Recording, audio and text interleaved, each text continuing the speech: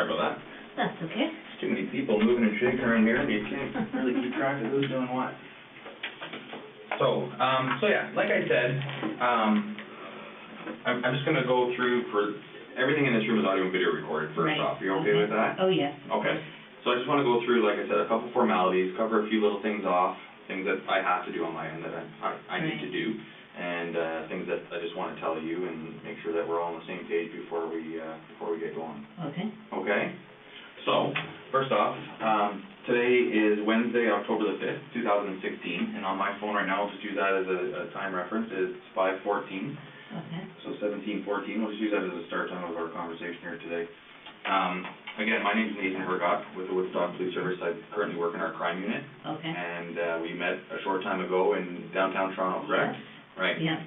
So we came to a facility where you've spent the last few weeks, from what I understand.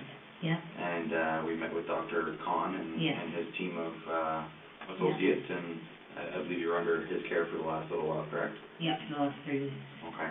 And the process, how we got here basically is kind of offered you a ride back, and so we could have this conversation, and you gracefully accepted, and off we went down the 401, or the Gardner, the QEW, and the 403, and here we are, right? So just to make it clear for whoever might watch this in the future, we didn't force you to come with us. We didn't, shove you in the car and off we went kind of thing. You did it on your own free will, and you accepted it on your own decision making. Is that correct? Yep. I had enough, and you even let me try to give money to the homeless people. So. There you go. I remember all of that. So I know I read you a few things before, as we were kind of just cruising down Spadina there.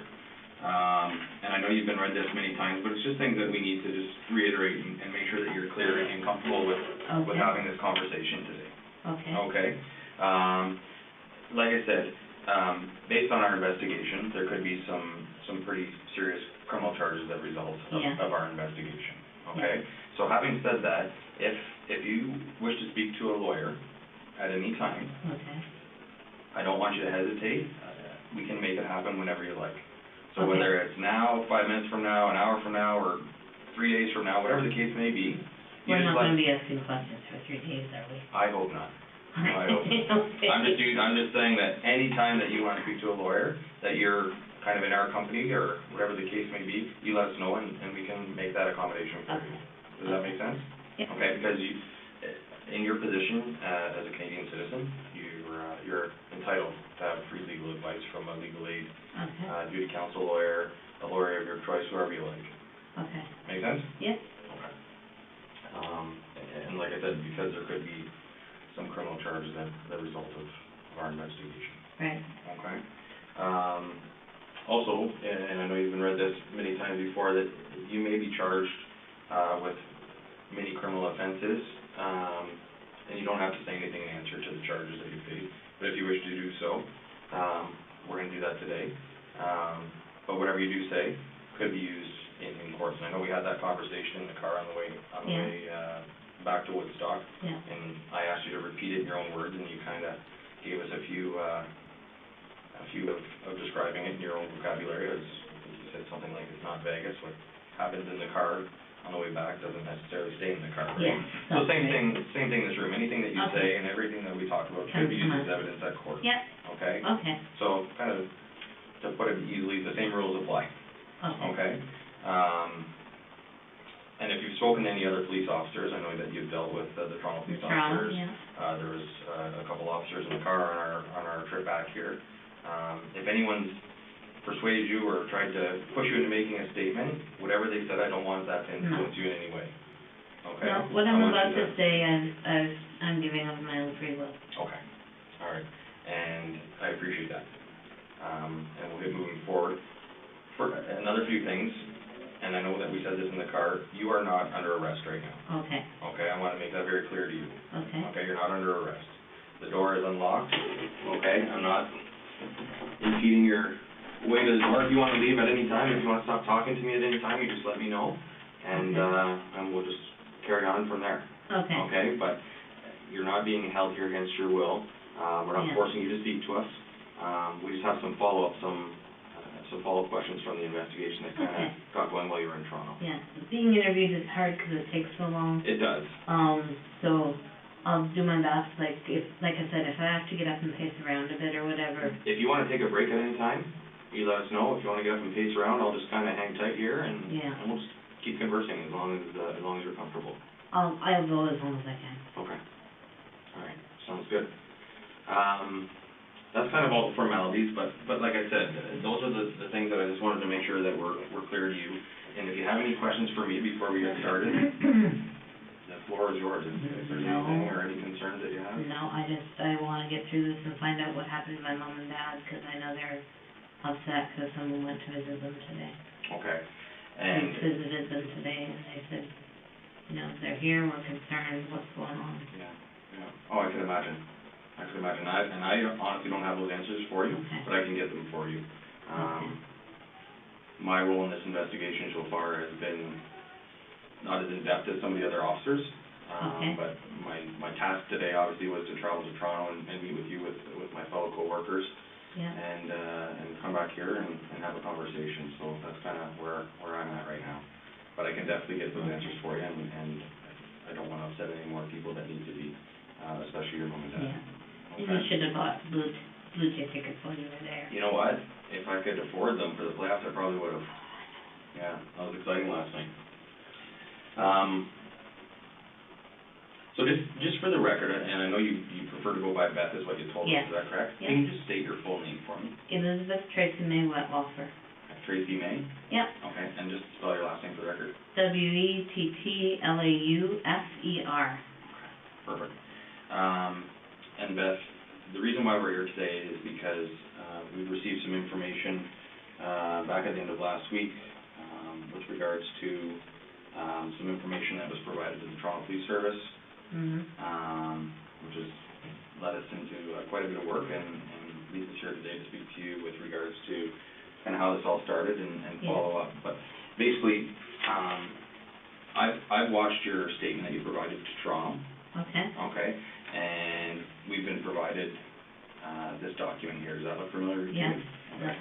All right. And from what I can see here, there's 4 pages of a handwritten document. Is that your handwriting? Yes, it is. Okay.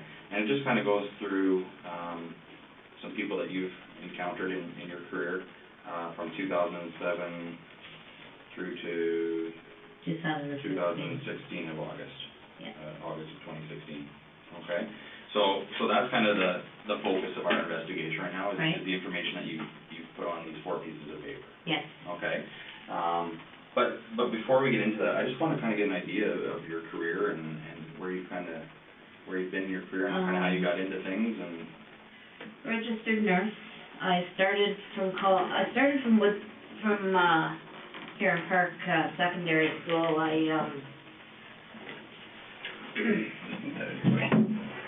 I graduated grade 13, went for a year of journalism school. Okay. And then went to Bible College, London Baptist Bible College in London. Graduated with a degree in counseling, with a bachelor's degree in counseling.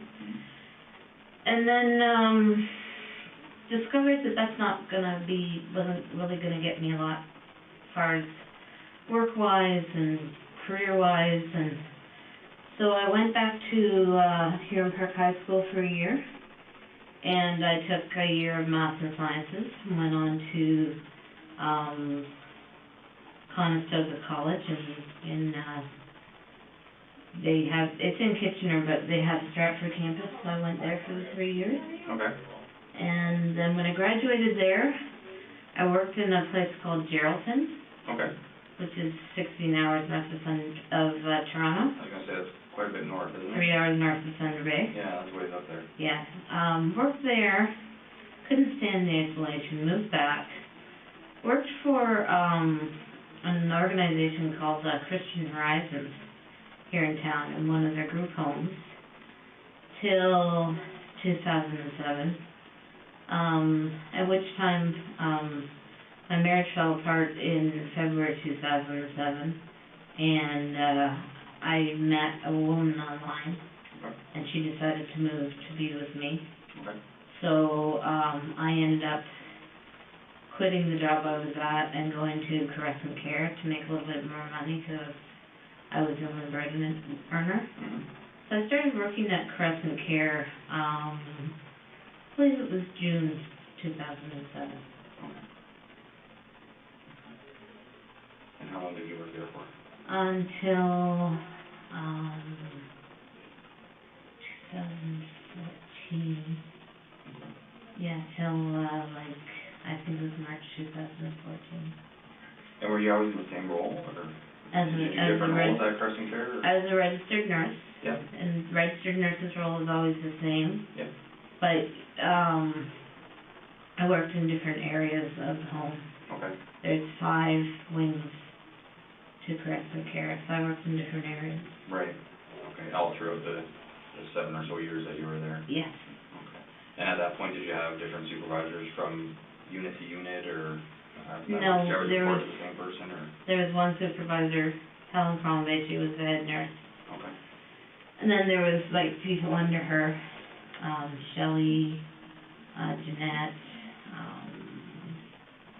I don't remember the rest of them.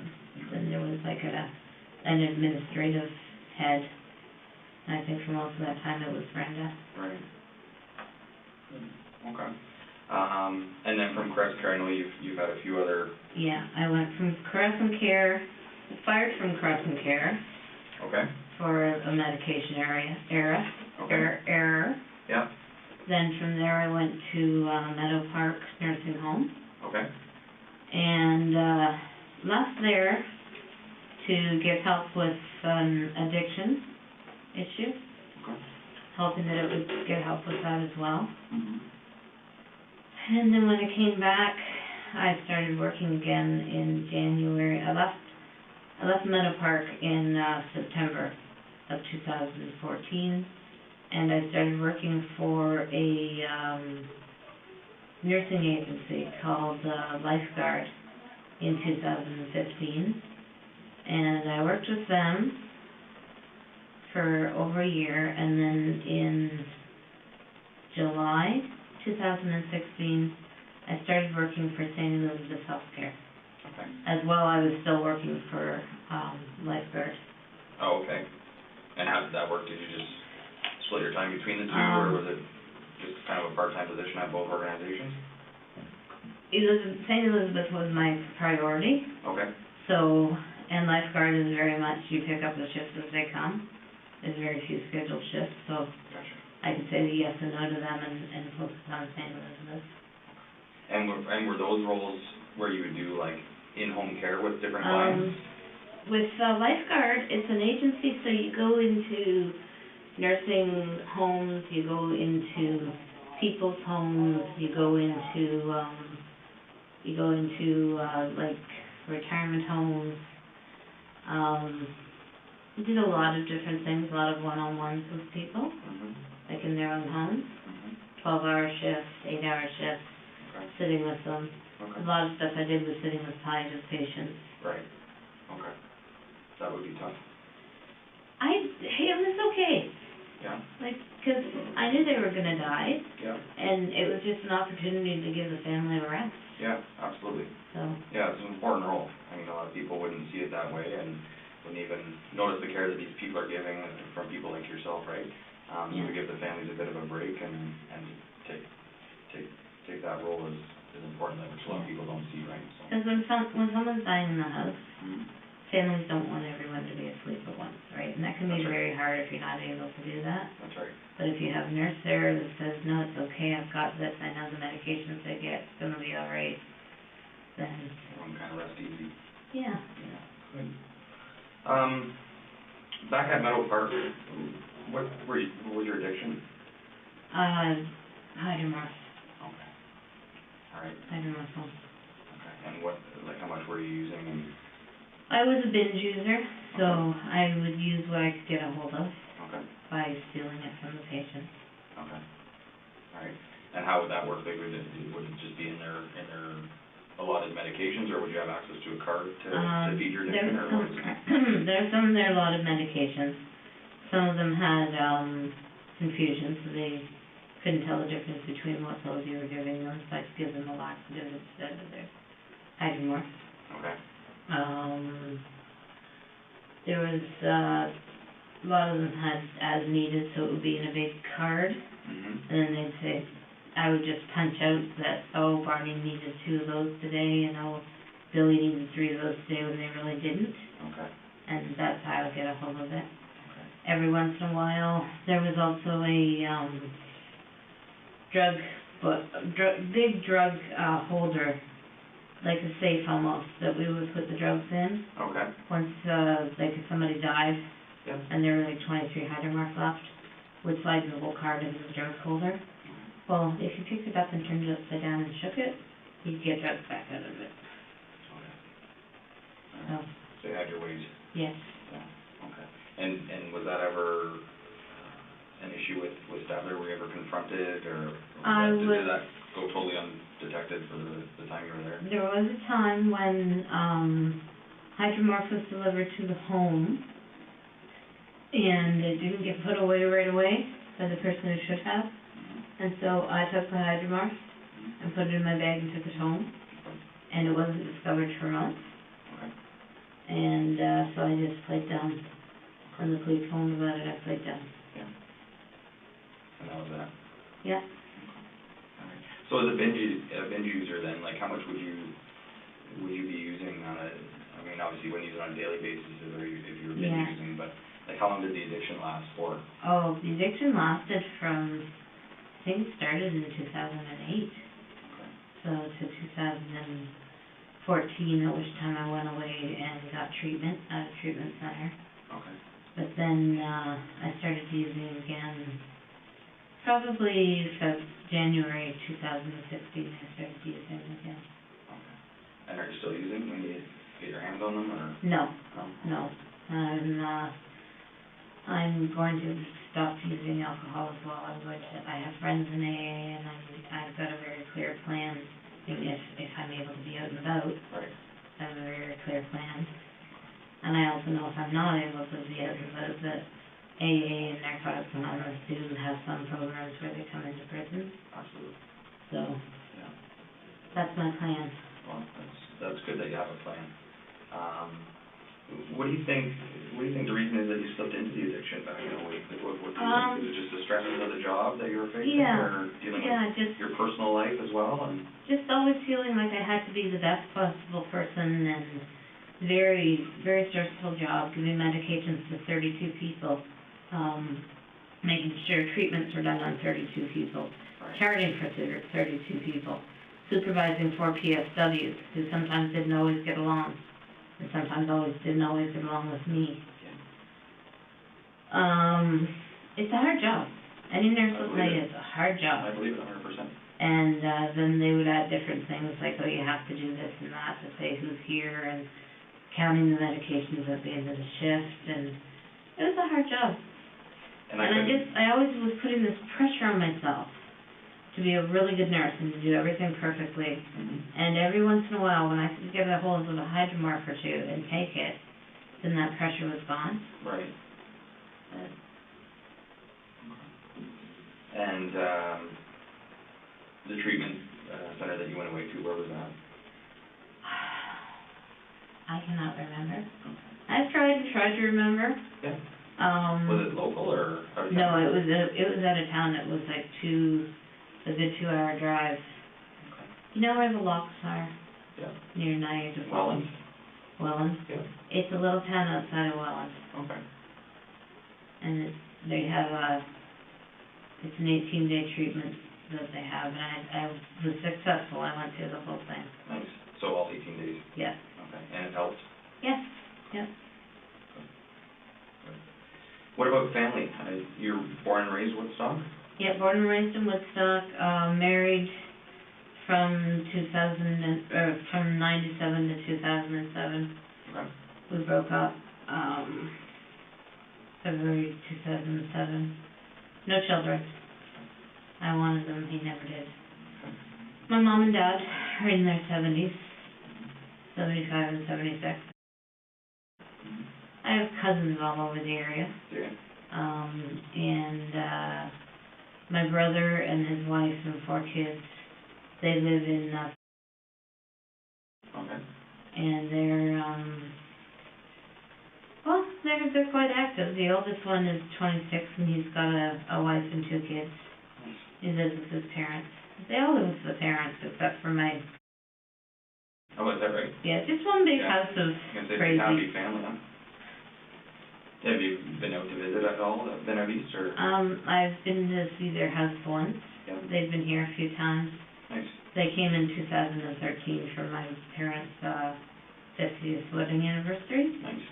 And my nephew and his wife stayed behind and lived with my parents for a few months while my nephew tried to go to Bible college.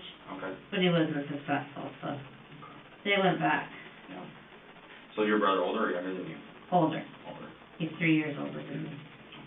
Okay. He's 52. Right on. Good, good. So as far as your latest position at, St. Elizabeth, Yeah. that was your last position as a RN, is that Yes, correct? it was. Okay. Yes. And you said you resigned from there? Yeah. Okay. What brought you to that? That's where things get a little crazy. Okay. This is part that I haven't told the doctors. Okay. 'Cause it seems so stupid now. When my ex and I broke up in 2007, I was already taking the medication for my borderline personality disorder. And I was so angry. And it was like a voice said inside me, I'll use you, don't worry about it. And the different times that I have caused people's deaths or caused them discomfort through the insulin, I believe it was the influence of that voice or whatever it was. It wasn't a voice in my head, it was a voice in here. And when I would do it, afterwards I would hear like a laughter in my chest.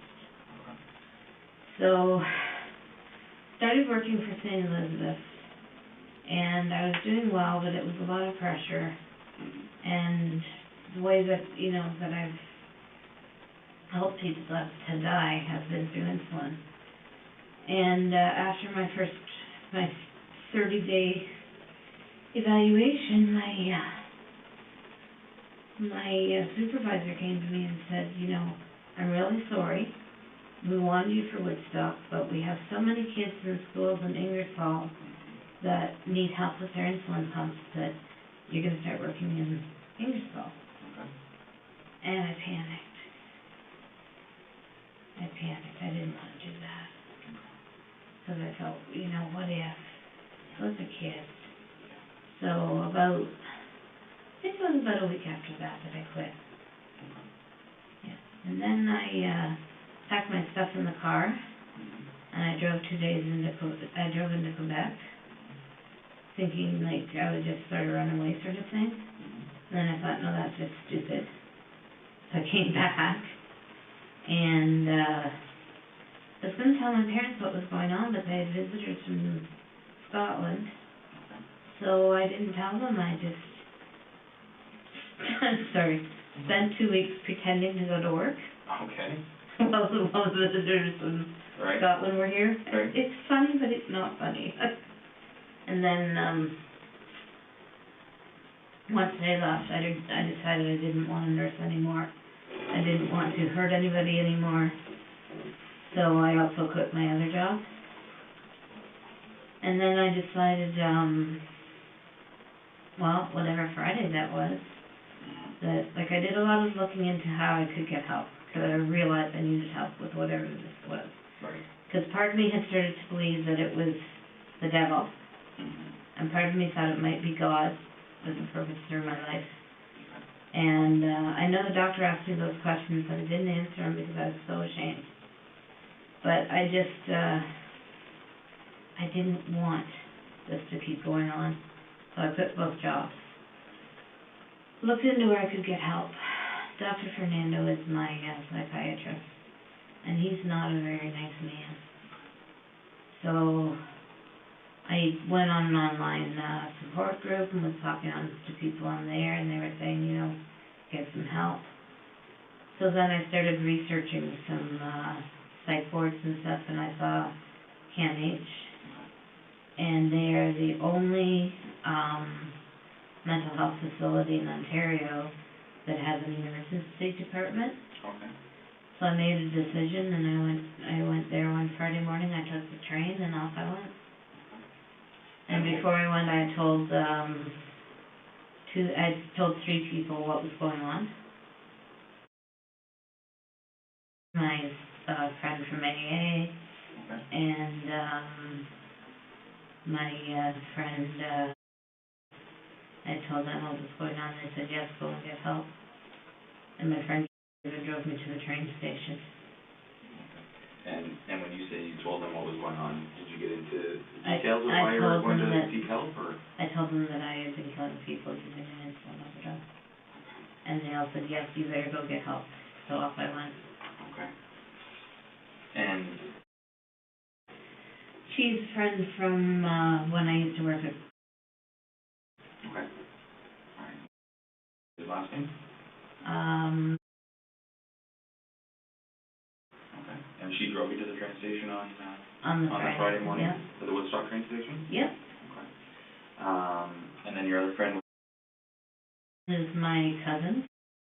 Okay. And she's a cousin of yours? Yeah, she lives in BC. Okay. And if you don't want to tell me, that's fine, based on the reason why this person may or may not be a friend, but your AA friend. My AA friend, yeah. Okay. I can tell you her first name, but okay. Otherwise it's confidentiality. And I don't want to dig into that at this point. That's not a problem at all. So did you disclose the same thing to all those three people?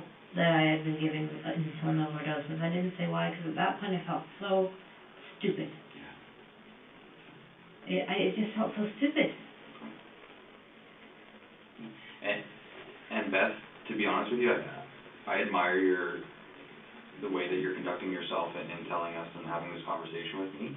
I thank you for that. And I'm not here to judge in any way. I know. So I want you to know that. And I'm not a doctor. I know you spent a lot of time at CAMH the last 3 weeks, right? Yeah. And I'm far from a doctor, but I do appreciate you telling me the truth and telling me the way that these things happened and played out.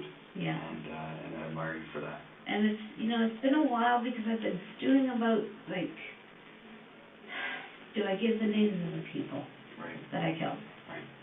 Because then here's 8 families that thought that their family member died peacefully and normally, and they didn't. And what's that going to do to those families? Right. And even up to going to the hospital, I decided I was just going to give the first names. And my cousin said, listen, they know what years you worked there. If you don't tell them the exact names, they're going to go in there and go over every single file. And that's going to be even worse for the families there. Right. So that she was the one to give me that advice, to give the names. Okay. And as far as you know, have these people reached out to any of the police agencies where they may reside to notify that you told them this? Or no. Did you tell them in kind of confidence? I told them in confidence, and they said they promised me they wouldn't tell anyone. Okay. But basically the impliance was if I didn't get help, then they'd be on the phone the next day. I got you. So did you tell them basically then on I told them Thursday? I told them the night before I went. Okay, so Thursday night? Yeah. And you took off Friday morning? Yeah. Okay. But that's basically what they said was, if you haven't gotten help Friday, then we're calling the police. We love you, but we're calling the police. Right. Well, they just probably felt that they had a obligation, right? Yes. Yeah. Whether it be a moral obligation or however they saw it, right? Yeah. What medications are you on right now? I'm taking fluvoxamine. It's called Luvox, 200 milligrams. It's anti-obsessional and an antidepressant. Okay. I'm taking 300 milligrams of Seroquel, which is an antipsychotic, and they upped that when I was at CAMH. Okay. Which has really helped clear my thinking. Has it? Good. And then I'm taking a couple of blood pressure medications, and then I've got some loxapine for when I get really agitated. Okay. And when we left the hospital, you had taken, I believe, some Ativan, is that right? I took 2 milligrams of Ativan when we left the hospital. Right. Which Okay. was, you guys noted the time, 1:30 or something That's like about that. right. Yeah, Yeah. exactly. And I've had nothing since. Okay. And I know that the Dr. Khan provided with a prescription that. Yeah, and he also gave me 2 loxapines. Yep. And was very strict. I am not to take them till all the interviews are over, because they will start to interfere with my thinking, Okay. and then let me see the interview. Yeah, exactly. And do you feel that you're of a clear, sound mind right now? Yes, I do. Conversing with me in this room? Yeah. Okay. Yes, I do. And everything that you're telling me is the truth and the best that you can remember? Yes, yeah.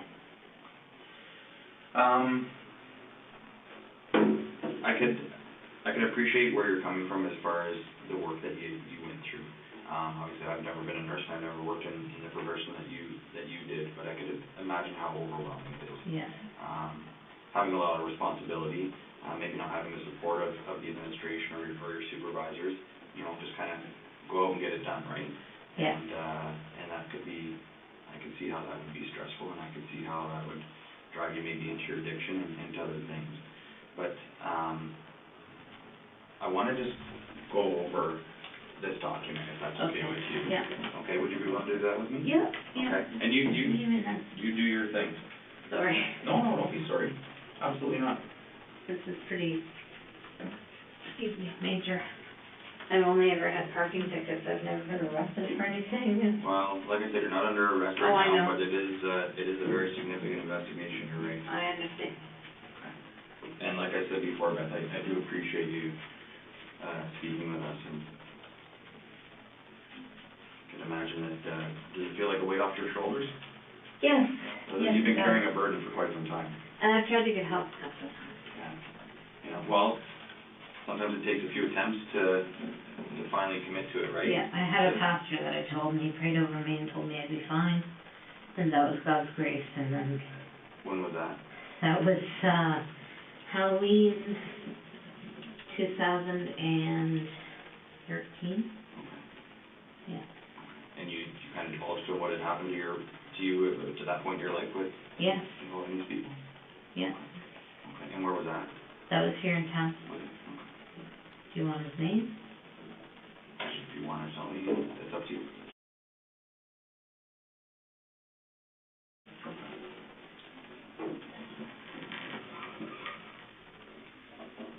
Oh no, sorry, it wasn't, did I just say 2014?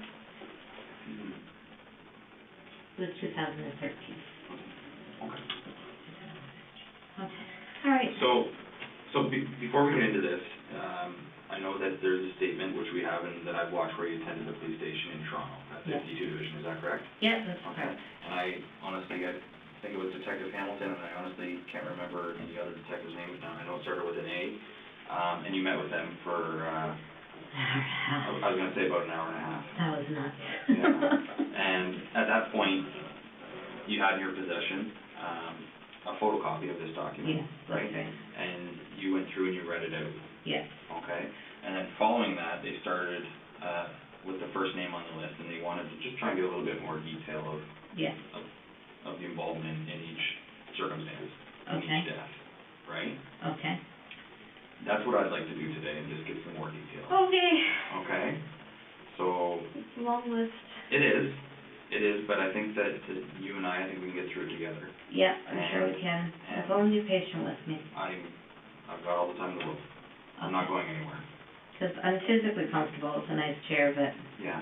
I'm not Anytime you need to get up and wander around, like I said, if you want to take a break and have me leave and just kind of stretch your legs and whatever the case may be, you go ahead. Okay. Okay, if you have to use the washroom at any time, just let me know. All right. Okay? Because like I said, I'm here as long as we need to be. Okay. Okay, and I'm not pressuring you to stay any longer than you want to, but I think that if we just kind of sit down and go through this, like I said, we'll get through it together. Yes. I'm a pretty patient person, and I'm here to just listen to what you have to tell me. Okay. Okay. Okay, and like I said, I appreciate it. Okay. So, how about we just do this together? I'll just bring this over here. Is that okay? Sure. Okay. So, I'm not gonna have you read through this entire document, because you already did that, right? I have written it, I have read it, I have, lived it, so, Yeah, absolutely. So, Mr. Silcox, yes, okay, September of 2007, yeah. He's okay? the first one that died as a result of what I did. Okay. And before you get into that, you have signed kind of page numbers, all that kind of stuff on each of these documents, so we'll just go in order of how you've written it, okay? And I know that the detectives in Toronto kind of had this in their possession and just kind of got you to recall some things. Yeah. I'm just gonna keep it here because, I mean, you've already written this out, so what's on here is, we already know that. I just have some follow-up questions just with regards to each circumstance. So, Mr. Silcox, it says here you were working a double shift from 3 till 7, right? 3 p.m. to 7 a.m. Right, okay, and this was at Crescent Care, Yes, okay, in Woodstock, yes. okay. And tell me about your knowledge of James and your daily interactions during a shift with him. I didn't see him every time. He wasn't always my patient. I just knew from what people had said that he would grab the nurse's breasts and buttocks, and he would say horribly inappropriate things about his wife, that now he was there, he was gonna fuck all of she was gonna fuck all of Woodstock, and just would say inappropriate things, and he did touch me inappropriately once. And where was that? On my body? breast. On your breast, okay. And were you alone in the room at that point? Yes. Okay. Did he have a roommate at all? Did James have a roommate? He must have. He wasn't in a single room. So he was either in a double room or a quadruple room. Okay. Would you remember any other residents that would be roomed with him at that time? Or? No. No? Okay. No. That's okay. What portion of the home was James in at this point? He was in there's an east wing, south wing, north wing. He was in the north wing, about halfway down, and he was either in a double bed or a quadruple bed. Okay. All right. And the diagnosis of his health at the time you were caring for him, do you remember? He was post-hip surgery and he had dementia. Do you remember how old he was approximately? No, I don't. I'm going to say 80s. In his 80s? Yeah. Okay. And, sorry, he was not a diabetic? Not a diabetic. And, sorry, you said he had dementia? Yes. Okay, which you've also noted here as well, right? Yes. Okay. So tell me about the night, was this the first person that you did this to? That I tried. Well, there were other people that I'd done it to who didn't die. Prior to James? Prior to James. Okay, and are they documented on here? He's the first one who died. Right. Back here? But there's some other... People who didn't die. Right, so I can't read that first name. Clotilda Adriana. Okay, so that was, I mean, they're both September 2007, but that was before James? Yeah. Okay. So, was this your first attempt at overdosing these people on insulin? Yes, Clotilda was. Clotilda. And I didn't really want her to die. I don't know, I was just angry and had this sense inside me that she might be a person that God wanted back with him. Okay. And is that feeling you're referring to that you had in your stomach at times? Yeah. Okay, is that the point, and I hate to get off topic here, but the point where you had these feelings in your stomach and almost that laughter after it happened? Yeah. Is that the part that you didn't tell Dr. Khan? Yeah. Okay.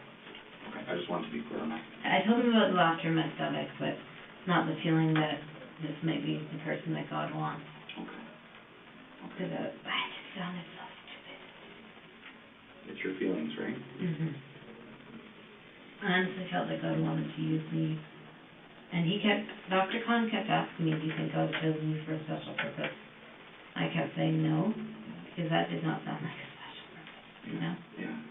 So, but yeah, I just had a sense after my marriage broke up that God was going to use me for something. And then after a while, I started to really wonder after some of the murders, if it was God or if it was the devil fooling me. Did you feel like you were doing the right thing for these people? No. No. I felt like I was doing what I was supposed to do, but it wasn't what was right for them. So James, then, it was in the evening that this one took place, right? Yeah. It says here at about 9:30. Yeah. Run me through About portion of 9:30, I gave him a dose of 50 milligrams of insulin. He's not diabetic. So I went into it, I used a borrowed insulin pen, borrowed insulin, and gave him an insulin shot. And at 3:30, the PSW, well, throughout the night he was yelling out, "I love you," and "I'm sorry," and not to me, but just you could hear him calling out in his room, and that's what he was calling out. Mm-hmm.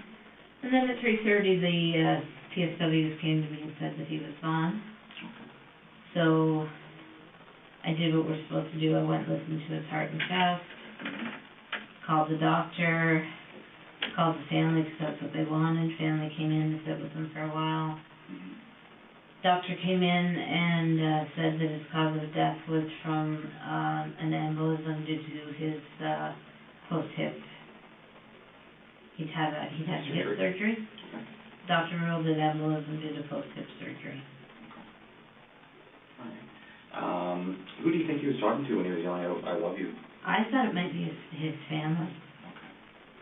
I really did. And when they came in and talked to me, they wanted to know if he'd said anything. So I told them, and I was so ashamed. So ashamed. Yeah. When you were speaking with the family? Yeah. And is that the family that kind of commended you for the work that you had done? And yes, and that I've been there for him, and yes. How'd that make you feel? Awful. Absolutely awful. How did you deal with it? I just went home, went to bed. You know, I felt awful. Maybe I fought with my girlfriend. Did some exercising, you know. Yeah. Played some games on the computer and just tried to forget about it. Did you have a problem sleeping that night at all, or anything like that, or did you? Well, I was working nights, so I was. It would have been during the day then. I would say I tossed and turned a bit, yeah. Felt pretty bad. And I didn't want to see the family again. So I tried to make sure I wasn't working when they came to pick up his stuff, and I wasn't. And what room, do you remember, like a room number, or just, like you No, said? it was down the north wing. The wing, yeah. Okay. Where did you get the insulin from for James, for Mr. Silcox? You said you had taken some insulin, and where did you get those? The insulin was kept in a fridge in the medication room. Okay. We had 2 medication rooms. Insulin was kept in a fridge in the medication room, and extra pens were kept in the drawer. So you could just say somebody who had someone admitted and you needed a pen in a hurry. So you just put the insulin in the pen and put the needle on and dial up the dose and give it. And how was that documented to know that, so that Crescent Care would know that you were taking that insulin? They didn't keep track of insulin. Okay. So it was just something that was available for the nurses' use when they knew that it was appropriate for the certain patients? Yes. Now each patient has their own insulin. Right. And maybe somebody may have noticed that a lot of insulin was missing if a lot was used, but I was always careful to use different people. Okay. Different people's insulin? Insulin, yes. Okay. All right. And Mr. Silcox, then, where did you inject the insulin into his body? I'm not really sure. I'm going to say his arm or his torso. And did he know what was going on at that point? Not really. Was he a verbal patient? Like, could he converse yeah, with you and communicate? He didn't really converse. He did a lot of yelling out. I don't really remember him reacting when I gave it to him. So, he didn't react? I don't remember him reacting, no. Okay. Would he maybe just think it's a regular portion of his day and Probably. receiving the medications that he so required? Probably because he had dementia. Okay. Yeah.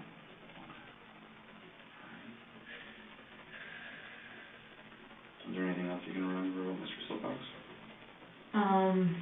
His wife and daughter loved him a lot. Mm-hmm. And how does that make you feel? Crappy. Yeah. Horrible.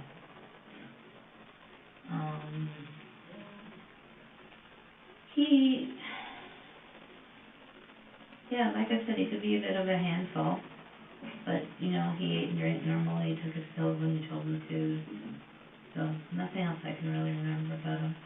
But this is, 9 years ago, so. It's a while ago. Yeah. How long after, when did you break up with your husband? I broke up with him. Was it August 2007? Oh, no. I broke up with him in, end of January, beginning of February 2007. Okay, so it was quite some time till September until you actually, Yeah. all right, I guess. By that time, I was in a new relationship with a woman. Okay. Who was that? Her name was Maureen.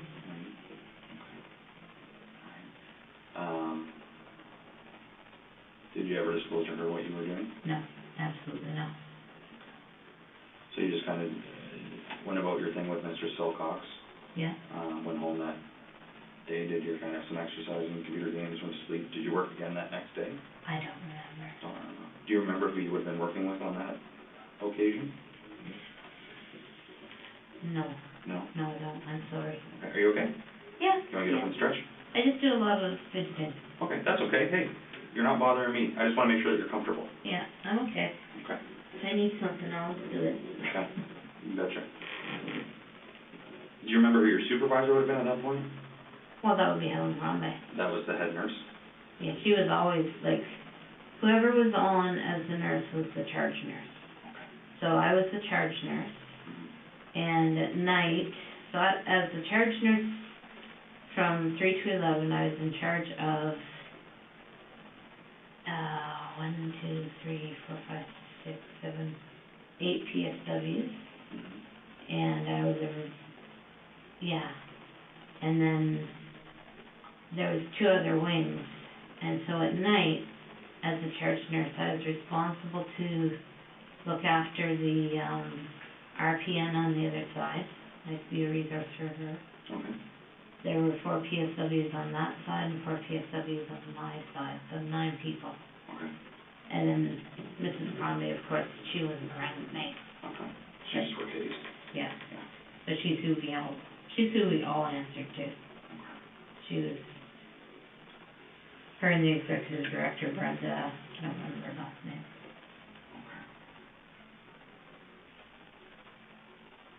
I'm sorry, I'm probably gonna pass gas because of Julie. That's fine. Don't worry about it. So, as far as Mr. Silcox goes then, besides what you were feeling in your stomach, and besides that you thought that this was a purpose that you were given on, from your relationship forward after breaking up with your husband, right? Yeah. You indicated that he wasn't a very nice man. No, he wasn't. Is that a portion of what happened? I don't know. Okay. I wonder if that's a portion of how I chose him. And afterwards I did feel a release and a relief. Like a relief of pressure. Okay. Because throughout this document, and as we go through it, a lot of these people, you kind of describe them as not very nice people. Yeah.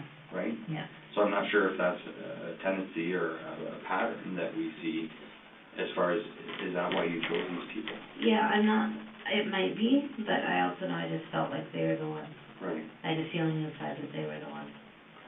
Before you injected insulin into Mr. Silcox, was it a spur of the moment thing? Had you thought about it when you reported for duty at 3 o'clock in the afternoon? I started thinking about it about 6 at night, I think. Okay.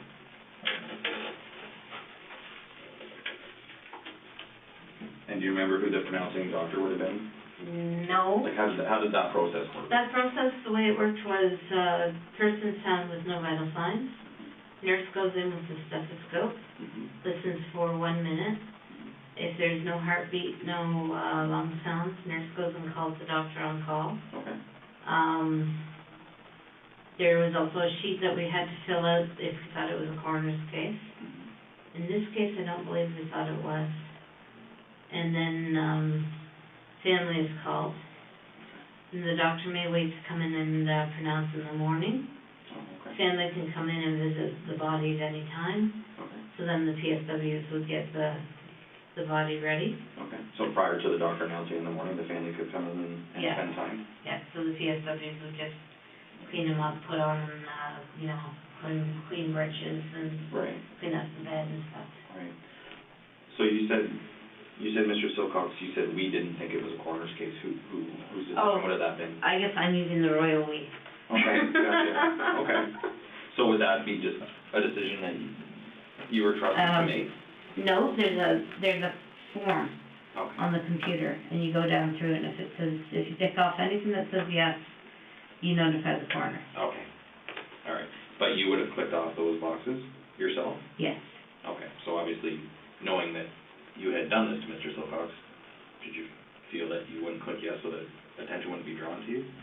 You know, I honestly can't remember if he was a corner case or not. Okay. He might have been. Now, would insulin... Even though I did this to these people, when I did their, but see, it's phrased as, does anyone have a reason to believe that this death was not natural? Right.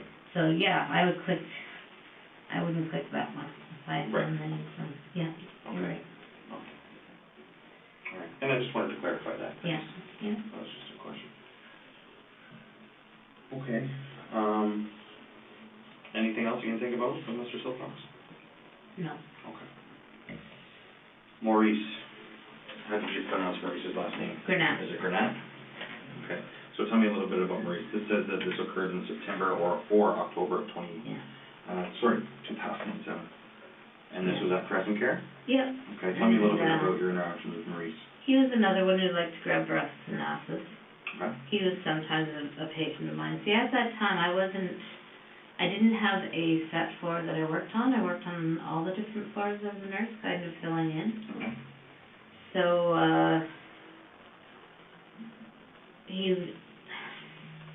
one afternoon I was working with him and he did grab me. And again, I got that feeling inside that this is his time to go. So I gave him an overdose of insulin after supper. And I believe he died the next day. And what was your shift that, do you remember what shift you were working at that point? It was 3 to 11. 3 p.m.? Yeah, to 11 p.m. Till 11 p.m., so like so an afternoon shift. He died when I wasn't there. Okay. And he was known for, it says here, grabbing the staff's breasts and asses. Yeah. Okay. And do you remember who you would have been working with at that point? No. Okay. Do you remember where Maurice was within Crescent Care? Yeah, he was down in the north wing.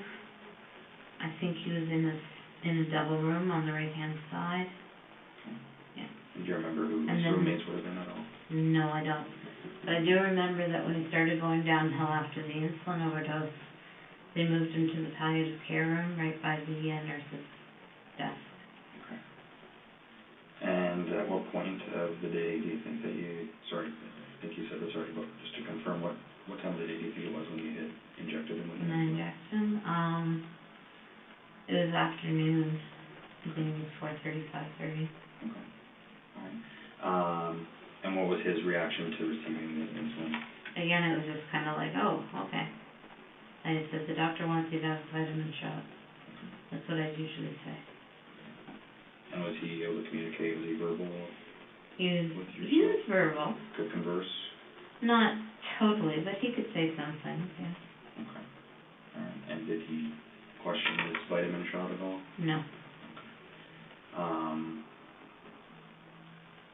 And he passed away the next day? Yeah. Okay. So, being that you weren't there when he had passed away, you wouldn't have been the one checking the boxes. That's right. So, do you know, by chance, what nurse would have been responsible for Mr. Burnett? No, I don't. No? No. Okay.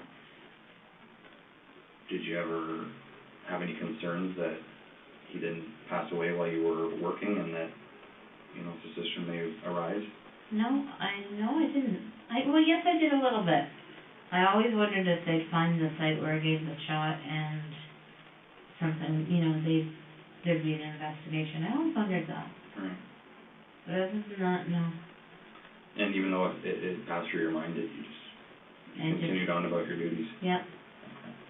And do you remember what part of the body he would have been injected in? Maybe the leg. Because at that point he didn't have a lot of body fat, so. Maurice didn't? He didn't know. And when you get a subcutaneous injection, it goes in to the body fat, so. Okay. And you documented that he was a cancer patient? Yes. Okay. Do you remember what type of cancer he had? I think it was prostate. Prostate? Prostate, yes. Okay. And what did the outcome hold for his future as far as the cancer in his body? He was dying. Was he? How old do you think Maurice was? 75, 76. Alright. I'm sorry, he was in a double room? Yeah, I believe it was a double room, yes. Do you remember who you had been working with that day? No, Same supervisor, or the charge, or the head nurse? no. Sorry, That's okay. it's so far. It's a long time ago. Yeah. I mean, obviously, it's a significant event in your life, but it's a long time ago. Yeah. So I'm not concerned that you can't remember every question that I ask you. If you can do the best that you can, that's all I can ask for. Okay. Okay? Anything else you can remember about Maurice at all? Not really, no. No. Okay. Do you know if he was a people who coroner's loved case? him. There were people who loved him, that's what I remember. I don't know if he was a coroner's case. Who loved Maurice? Who did you know that would come visit him? He had friends that would come and visit him, that were like family to him. A man and a woman, that's all I remember. And how did it make you feel when Maurice passed away? Not good. And what happened from there? I wasn't there when he passed away. I didn't work that day. Do you remember if you worked the next day? I might have. I know when I found out that he died, I looked to see how long it took, and I read the notes and stuff to see what it got. Okay. And just getting a point out to fidget with. Yeah, no problem. Whatever you need. So after you found out he had passed, you kind of read through the documents, and yeah. do you remember seeing anything that kind of said, No. This isn't a good thing for me, or? No. Okay. So. And even if I had, I couldn't have altered them. You could have, or could not. Okay. The next person on your list is Helen Matheson. Yeah. Okay. So you go from September or October to 2007. Yeah. And then Helen was 2011. Yeah. What happened between those years? I think you'll see that Was there some attempts? Attempts. In 08 and 09? Yeah. Okay. Okay. And we'll get to those. Yeah. Okay. Helen, I don't remember a lot about. She was very quiet, very determined. Just seemed to be waiting to die. Mm-hmm. Again, I had that feeling that, this is the one. Mm-hmm. And I made a bit of a fuss about her that night because she was very lucid. Mm-hmm. And we talked about how much she liked blueberry pie and ice cream. Okay. So on my break, I went to Walmart. I got a small blueberry pie and some ice cream, and brought it to her, and she ate 3 or 4 bites. Nice. And then that night I overdosed her. Because, like I said, I had that feeling that it was her time to go, and... What do you mean by that? Do you think she was towards the end of her life at that point? No, that she was the person to go next. Okay. And that was in your mind, in your stomach? Where was that feeling? In my chest area. And after I did it, I got that laughter. Okay. When would you feel that laughter? Would you feel it right after you injected it, or once the person passed away? Both. Yeah. Both. Okay.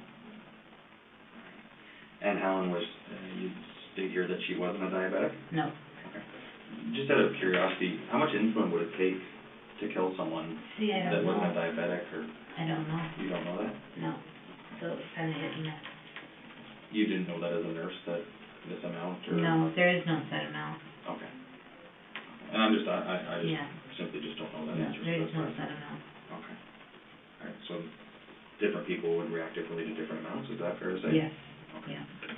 And would it obviously make a difference if they were diabetic or not a diabetic? Yeah. I believe she died the next day. Okay. And it said, have you here, the doctor declared her to be palliative, and she died 2 days later. 2 days later, okay. And do you remember how much insulin that you had given Helen? 60? I don't know. And where would you have gotten that from? From the same suppliers I always get it. Okay. Do you remember where Helen was in Crescent Care? Yes, she was on the south wing, and probably about 4 doors down from the nurse's station, in a double room on the right-hand side. If you were facing the end, she was on the right-hand side.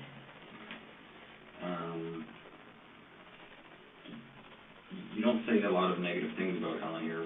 Did you get along with her okay? Did she ever do anything to harm you, or? No, she was very quiet.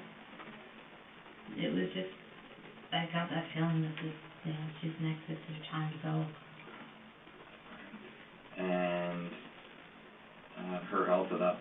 her diagnosis? She was, I couldn't tell you her diagnosis, just that she didn't get out of bed a lot, and she had to be fed her food and fed her pills. Okay. So she was near her end of life.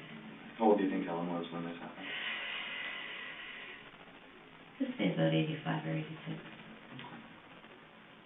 And do you remember what doctor were you there when she passed away, 2 days later? I don't think so. You don't think so? So you wouldn't be which doctor pronounced her, you wouldn't No. be too sure? Once I gave the insulin overdose, unless I was there for the shift I died, I just kind of laid low and didn't, have anything to do with them. So if you issued an insulin injection to somebody, Helen for instance, do you remember where Helen was injected? Probably her arm. Okay. So do you remember if she had a reaction at all? A reaction? Did you know if she confronted you in what you were doing at all? Was she able to? She might have said ow. Was she used to getting insulin or needles? I don't know if she was. Alright. But she wasn't combative or she didn't confront you and ask you what you were doing? No. Okay. Alright. And you said once you gave them their insulin, I tried to stay away from it. Sometimes I was very interested to see what was happening. I would just try to stay away from it. Okay. Would you ever go back into their rooms while they were still alive to see kind of how they were progressing through the? If they were my charge, yes, I had to. Okay. Even though you had attempted to take their lives? Yeah. Okay. And you would, what kind of symptoms would they show? Is it different for everyone, or? Well, usually they'd get very diaphoretic, red, they could lose consciousness, they'd shake. Some people, one person had a seizure, I think it was just one person. 2 people stroked right out. Right after receiving the? Not right after, but they stroked out. Over time.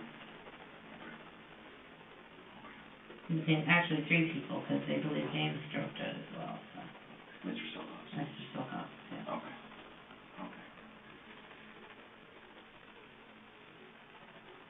Okay.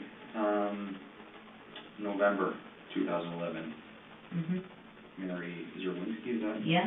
How you recall her last name being pronounced? Yeah. And this was at Crescent Care? Yeah. Okay, and you said that she wasn't a diabetic, but she had dementia? That's right. Okay. But she could talk and communicate a lot. Mary could? Yeah, she was feisty. Was she? Yeah. She didn't hurt the nurses or anything. She was just very outspoken and feisty, and one night she said, I'm gonna die tonight. Mary said that? Yeah. And I said, oh. And she said, yeah, why don't you get me into the deathbed so I can die? And I said, are you sure? And she said, yeah, put me to bed, I'm gonna die. So I said, okay, and I went to the other nurse that was working with me, and she said, oh, okay, well, let's put her in the sinus care room if that's what she wants. So we did, and then I thought, well, she must be the next one. I had a feeling inside of me she must be the next one. Because she was saying she was going to die, but there's no signs she was going to die. So I gave her an overdose of insulin. And she became palliative and she died. I think it's been a couple of days. I think. Yeah, it said she's died the next afternoon is what you need to know about here, but,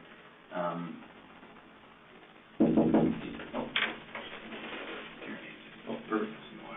Sure. There you go. Which one has the vodka in it? No answer from him. So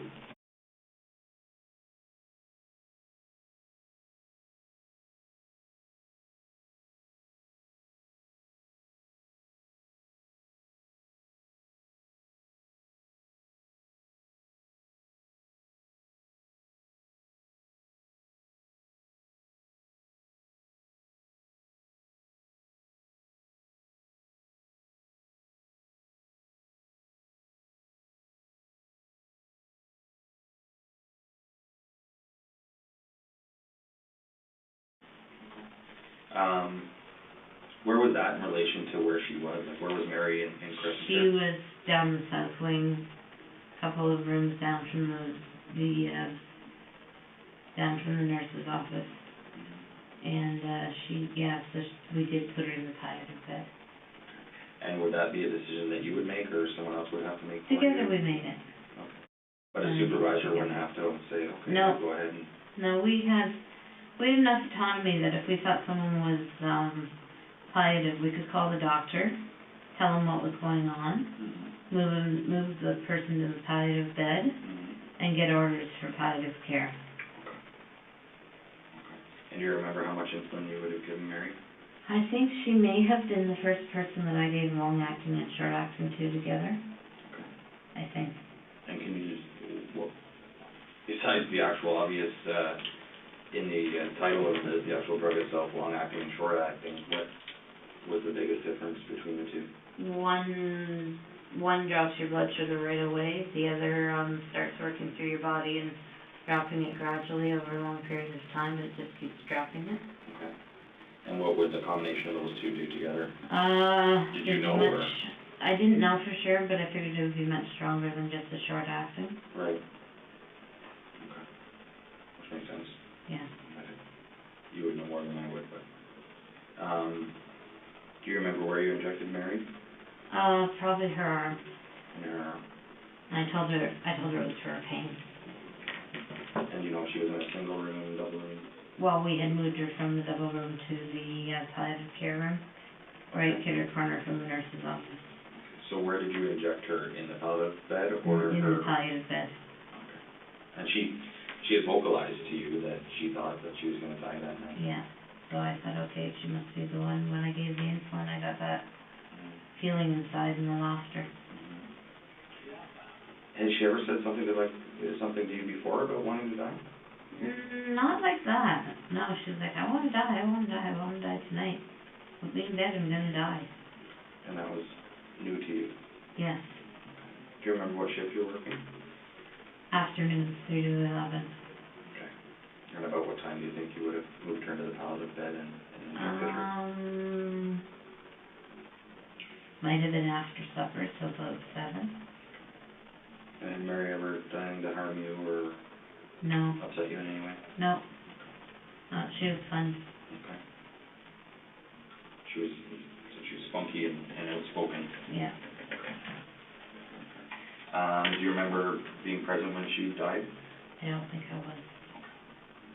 All right. And therefore probably wouldn't be a part of checking the boxes? No, I didn't do the boxes for her. Who was there to see Mary on a regular basis? Who came to see Mary? I don't know. No? I don't know. Do you know if she had family? Maybe a son, but I don't know.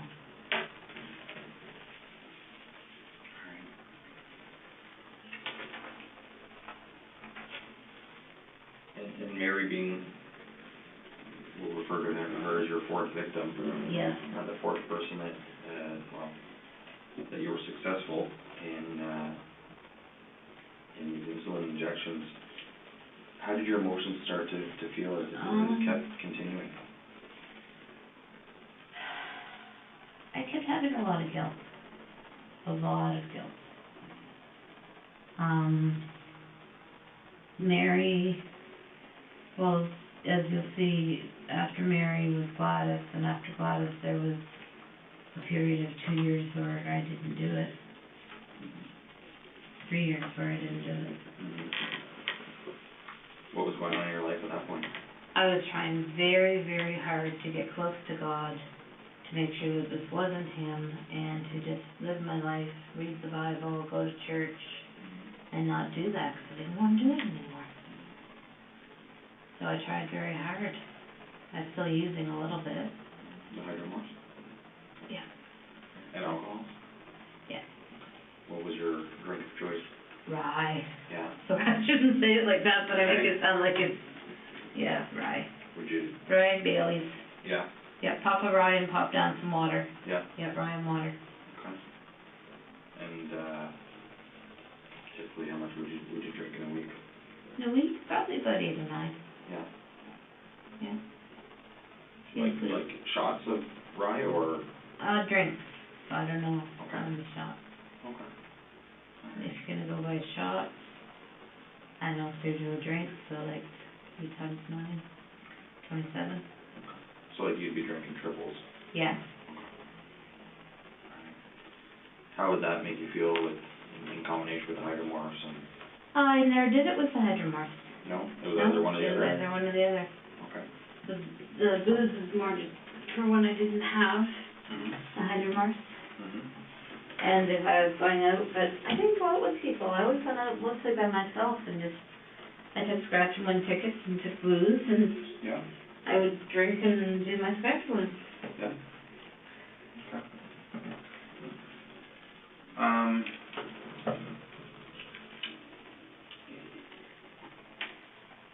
As significant and disturbing as this may be to the people that are gonna hear this and learn about this, obviously there's a lot of, families that we're gonna contact Yes. and speak to.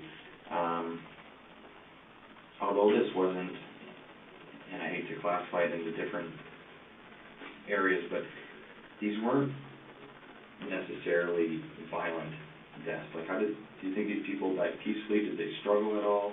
All the people you've talked about so far died peacefully, in my opinion. And I am sorry. I'm sorry for what the families went through at the time, and I'm extremely sorry for what they're going to go through. It's awful. If you could say something to them, what would you say to them? What can you say to them that would matter? I'm sorry isn't enough. I should have gotten help sooner. I took something from you that was precious and was taken too soon. I honestly believed at the time that God wanted me to do it, but I know now that's not true. And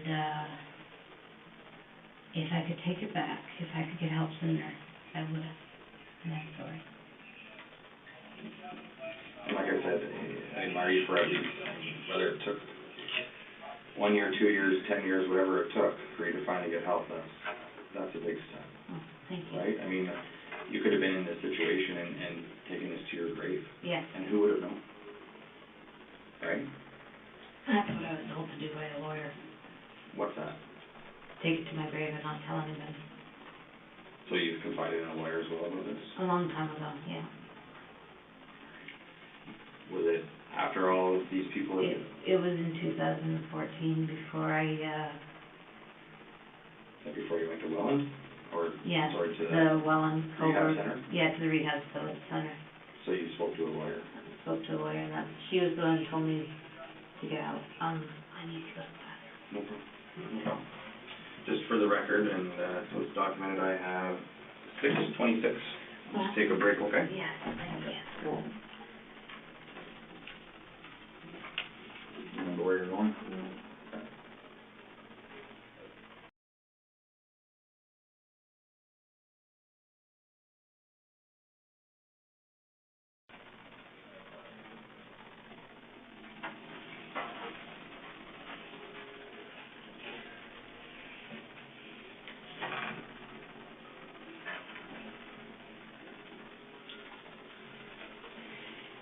All set? Do you need anything else at all? No, You sure? no, I had a caramel. Oh, did you? Perfect.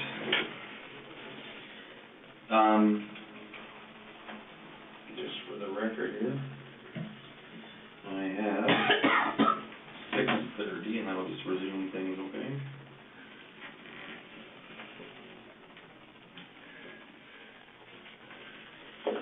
Okay. Okay? Yep, Okay. We're gonna carry on? yep, that's cool. So Gladys, so this takes us to November of 2011 Mm-hmm. at Crescent Care. It says here Gladys was a type 2 diabetic and had dementia. Severe dementia. Did she? Yeah. How old do you think Gladys was? 92. 92? Okay. And where was Gladys within Crescent Care? East wing, 3 doors down from the main desk, in a double room. Okay. Do you remember her roommates at all? No. No. Okay. And obviously these are repetitive questions, and Yeah. you might remember some of the roommates throughout, as we go along here, so that's why I just keep asking the same questions. Tell me a little bit about Gladys. What was she like when you cared for her? Well, when I first started caring for her, she was walking and talking, and she had quite the spirit. She once, she once punched a man. Oh. Because, she overheard the nurses telling one of the gentlemen, no, you can't push your wife around, you have to come with us. And she turned around and she said, you can't treat a woman like that. Boom!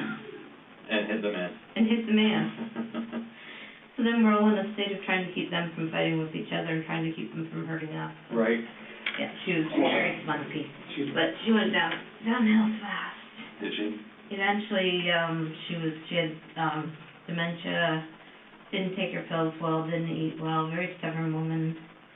And as always, one evening I just got that red surging feeling that she was going to be the one.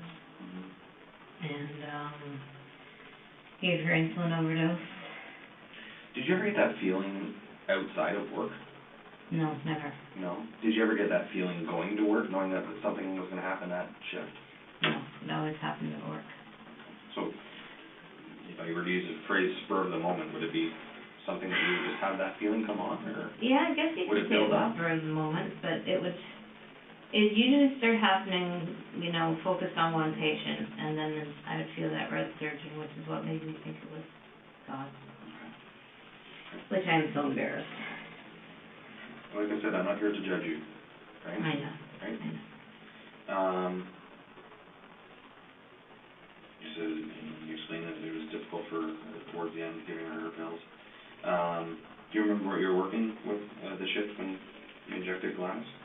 I believe I was either working nights or days. Okay. Because I know it was close to the end of my shift. Okay. But I did it, and the person who came on next shift, I think it was nights. So the person who came on next shift checked her all over and called the doctor and had her made palliative and started her on a pain regimen. And do you remember how much insulin you gave her? No, I don't. Do you remember if it was long or short or a mix? I probably, at that point, I think I was giving everybody a mix. Okay, so once Mary was the first person you said Yeah. that you gave the long and the short acting to, Yeah. and then following that it was everyone from there forward. Okay. And that was again at Crescent Care. Yeah. Was that insulin taken from the same location as you always would? Yes. Okay. Was there cameras in the bedrooms? No. No? No. Nothing at all? No. Okay. So you could access whatever you like and...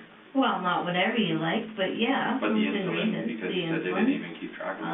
The insulin, yeah. The insulin, you could get Valium, you could get, like, injectable Valium. Yeah, it was fairly easy to take meds from there.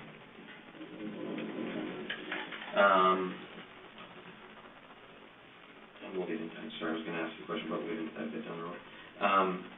You know how long it took for Gladys to die? I believe she died the next afternoon, or that afternoon. Okay, and do you know if you were present for that? No, I was not. So therefore wouldn't have been a part of the process of the pronouncing and checking the boxes? No, no. When someone's dying, it seems like it takes longer than it does. If you're around, if you know what I mean. I do. Yeah. So. I'm sorry that you know that. Thank you. As far as Gladys goes, do you remember if you worked the next day to learn about Gladys' death, or? I think I worked 2 days later. Okay. I think I worked the day after her death, whenever that was. Okay. What would play through your mind on your days where you inject, so Gladys, for instance, you inject her, you work nights it says here, so 11 till 7, you did this at 5 o'clock, you go home and carry it on about, if you have 1, 2, 3 days off, whatever the case was, what was going through your mind on those days off? Were you thinking, when's Gladys going to die? I would wonder if she had died. I would wonder, if this would be the time I would get caught.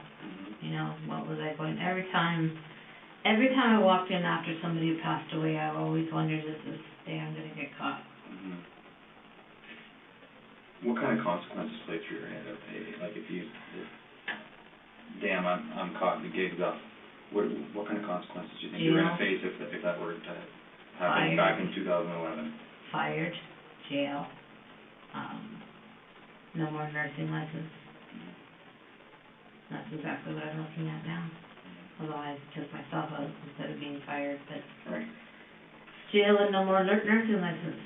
As far as in 2011 though, and having that feeling, like when did those feelings start to say in your mind, like, I wonder if this is the time I'm gonna get caught? Did it happen right at Mr. Probably Silcox, every or time. did it? Yeah, probably every time. Okay. Yeah. Okay. And Gladys, do you think, did she have a reaction when you injected her? She fought a little bit, Did she? yeah. What do you mean by that? Like she struggled around, so I had a spot on her leg that I could do where she couldn't reach me and pinch me. Okay. Would that be something typical if you were giving her medication, she'd like Yeah. you to pinch? Pinch, scratch, feel up her mouth. Is that common in patients? Yeah. Yeah. Okay. And, like even the PSWs who had to change her, product, Mm-hmm. sometimes she'd fight them and scratch them and pinch them and twist their hair and, yeah. Do you think that played into any part of your actions with Gladys, particularly with Gladys? I don't know, I think some of I think some of it did, you know, the stubbornness and stuff, and, yeah, just kind of, okay, you're the next one to go. But again, there was always that red surging that I identified as God telling me, this is the one, you know, this is how you work for me. Did you ever try and fight that feeling? Later on, as you'll see. Mm-hmm. Okay. But when you got that feeling in your chest and stomach, would you directly go to get the insulin? Pretty much, as soon as I had time with the rest of my job. How many patients would you be caring for 32. On one shift? 32. You'd be responsible for all 32? Yeah, 32. So each nurse would have 32? Yeah, nurse, our registered practical nurse. Okay. So that's a busy day. Mhm. And I know we talked about it earlier, but again, just to revisit that, do you think that's something that played into this? I think so. The stresses of the job? Oh yeah, I definitely think so. Because you had a lot going on in your life. Yeah, I definitely think the stress played into it. Maybe made my mind more susceptible to stuff. Did you ever go to work intoxicated by alcohol or drugs at all? No. Did you ever use at work? Yeah. The hydromorphs? Yes. Often? Probably once or twice a week. Yeah. Yeah. And when you were at Crescent Care, where would you get the hydromorphs from? Oh, there's a number of ways you can get them. Right. You can sign off that somebody owned the PRN and take it instead. Okay. You can take them their regular medication, and if they're not able to identify it, take it instead. Okay. You can take the regular medication that's in capsules, and if they are able to identify it, open the capsule, take the stuff out, put the capsule back together again, give them the empty capsule, take it yourself. And how would you typically ingest the hydromorphs? I just swallowed it. I never shot it, I never snorted it. Yeah. Okay. And do you remember how much you gave Gladys? Of the insulin? Mm-hmm. I think I gave her 80/60. I think. And her reaction after she kind of pinched and struggled a little bit with you? She relaxed, and then by the time the next nurse came on, she was red, she was sweating, she was incoherent. Her vital signs were all down. And how do you know that? Because I was just leaving when the next nurse came on, and PSWs came to her and said something's going on with Gladys, and she said, come with me, we have to go check on Gladys. And So, yeah, so I actually helped her move Gladys to the palliative care room. Okay.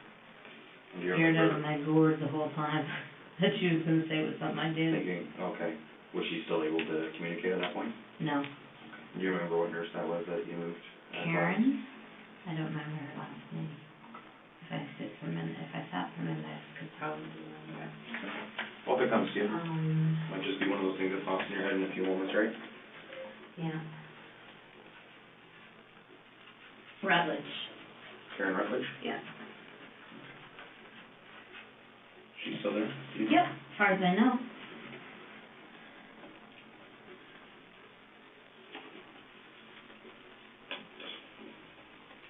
Okay. Mrs. Helen Young. So this is where you have a bit of a gap again, from Yeah. 2011 to 2013 with your successful injections, but there wasn't even any attempts. No. In November 2011, I came home from a cruise of the Caribbean, and I was feeling guilty. I was feeling damned. I was feeling confused. I was feeling like I just didn't want to do it anymore. I was feeling like if I could somehow connect with God strongly enough that I wouldn't do it anymore. And so I spent a lot of time reading my Bible and praying and deciding I just wasn't going to do it anymore. So I had the odd urge to do it, but I resisted by going to church, reading my Bible, praying, and telling God I didn't believe Him, that He wanted me to do it anymore. What church were you going to that point? Where's that? Oh, okay. Yep. Yeah.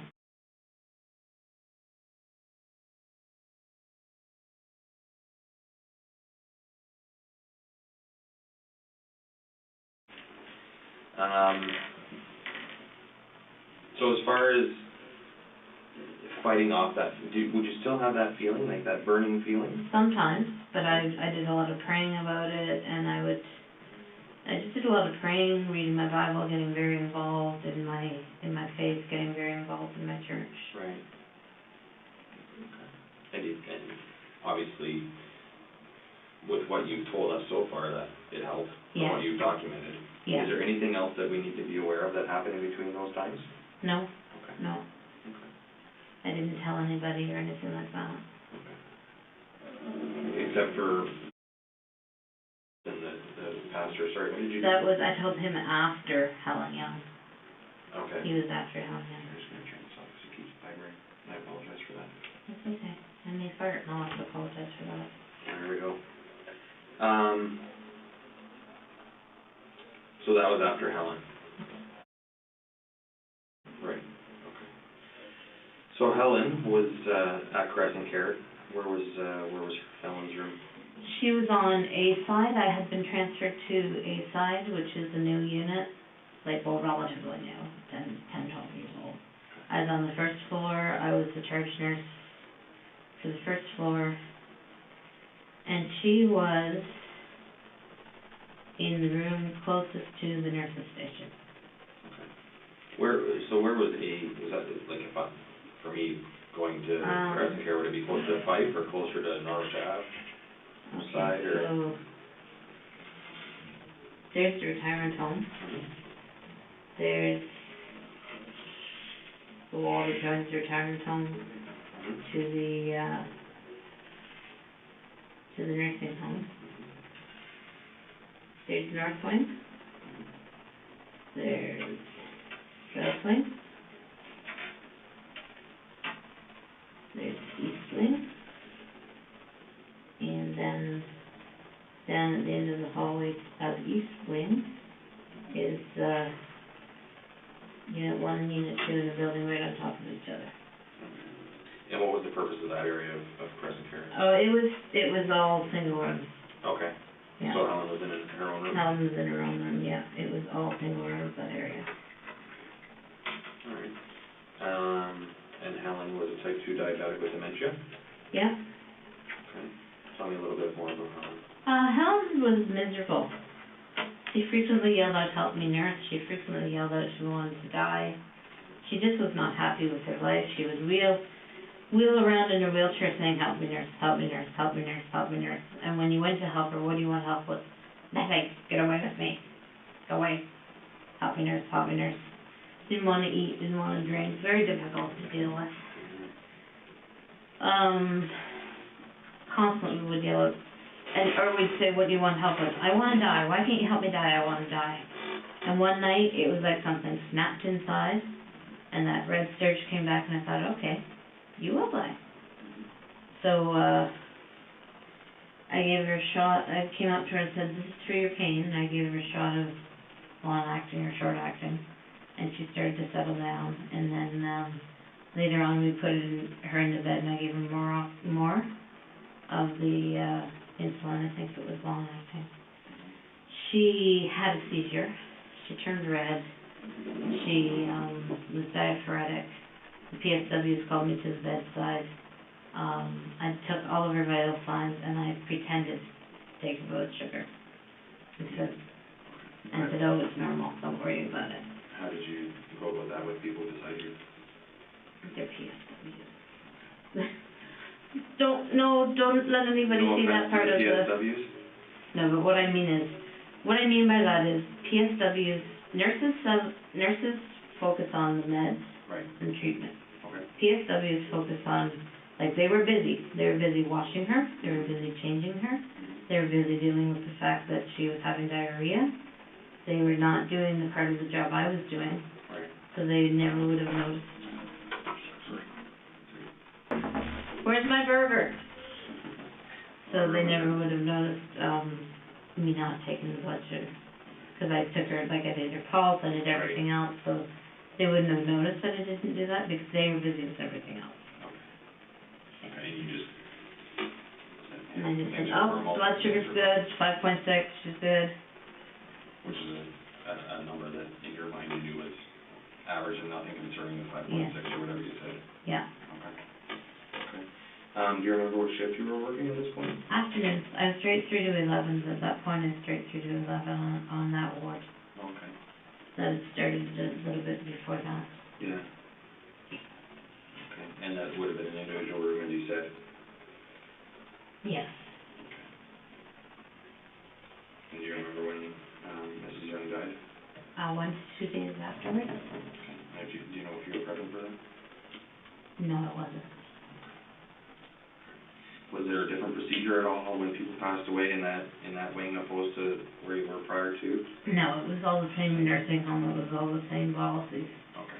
It was just that that wing of the nursing home was built to accommodate the fact that, the owner took over Norvilla Oh, okay. in Norwich. Okay. So, everybody from Norvilla got moved to the new part of the nursing home. Okay, gotcha. So that's the only reason. And then eventually they all got mixed together. Right. Okay. So being that it had been a few years then, when you injected Mrs. Young and you were successful in causing her death, how did it make you feel after those few years that these urges and these feelings had come back? I felt horrible. I felt angry at myself. I felt like I had failed myself. I felt like God had failed me. Did you continue to practice in the church? I continued going to church, yes. Did you believe in as much as I did, but I was getting very confused. So it was soon after that I went to the pastor and told him what had happened. And he prayed over me, and because he said that was the last thing he would have thought of me, and his wife was there too, and they prayed over me, and they said to me, now this is God's grace, but if you ever do this again, we will have to turn you into the place. And where would that conversation have taken place? At the church? In their house, at their kitchen table. And I kept going to their church. And how detailed did you get with the conversation? Oh, I told him that I was taking people's lives by giving them insulin overdoses. What were you specific with names? How much insulin? No. When you were doing this? No. How many people? I don't know if I told him how many people, just that I was doing it, I wanted to stop. And his response was to pray for you and pray over you? Yeah, put his hands on me and have him put his hands on me and pray. What religion did that church practice? Okay. Yeah.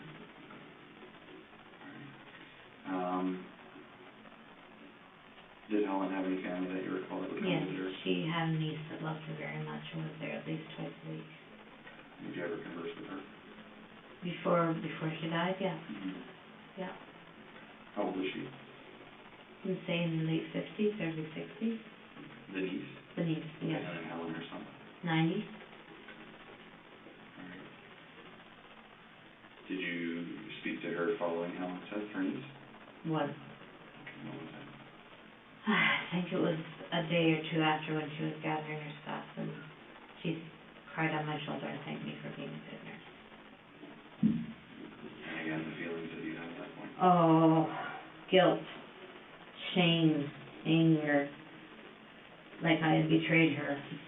And not that I was betrayed, but betrayal, that I betrayed her.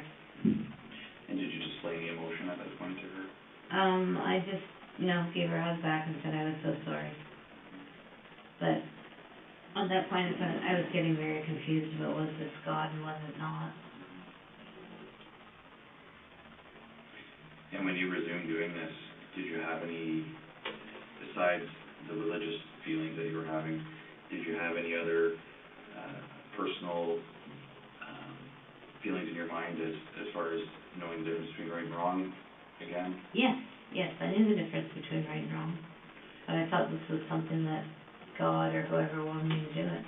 So And when starting you at that point to doubt that it was God. Okay. When you resumed doing it? Yeah. Okay. Alright. Was anyone working with you on that day that you can recall?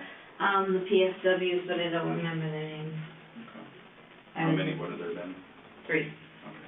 There would have been students too, I think, but I can't remember. And there would have been 32 patients in that wing as well Yes. that you're responsible for? Okay.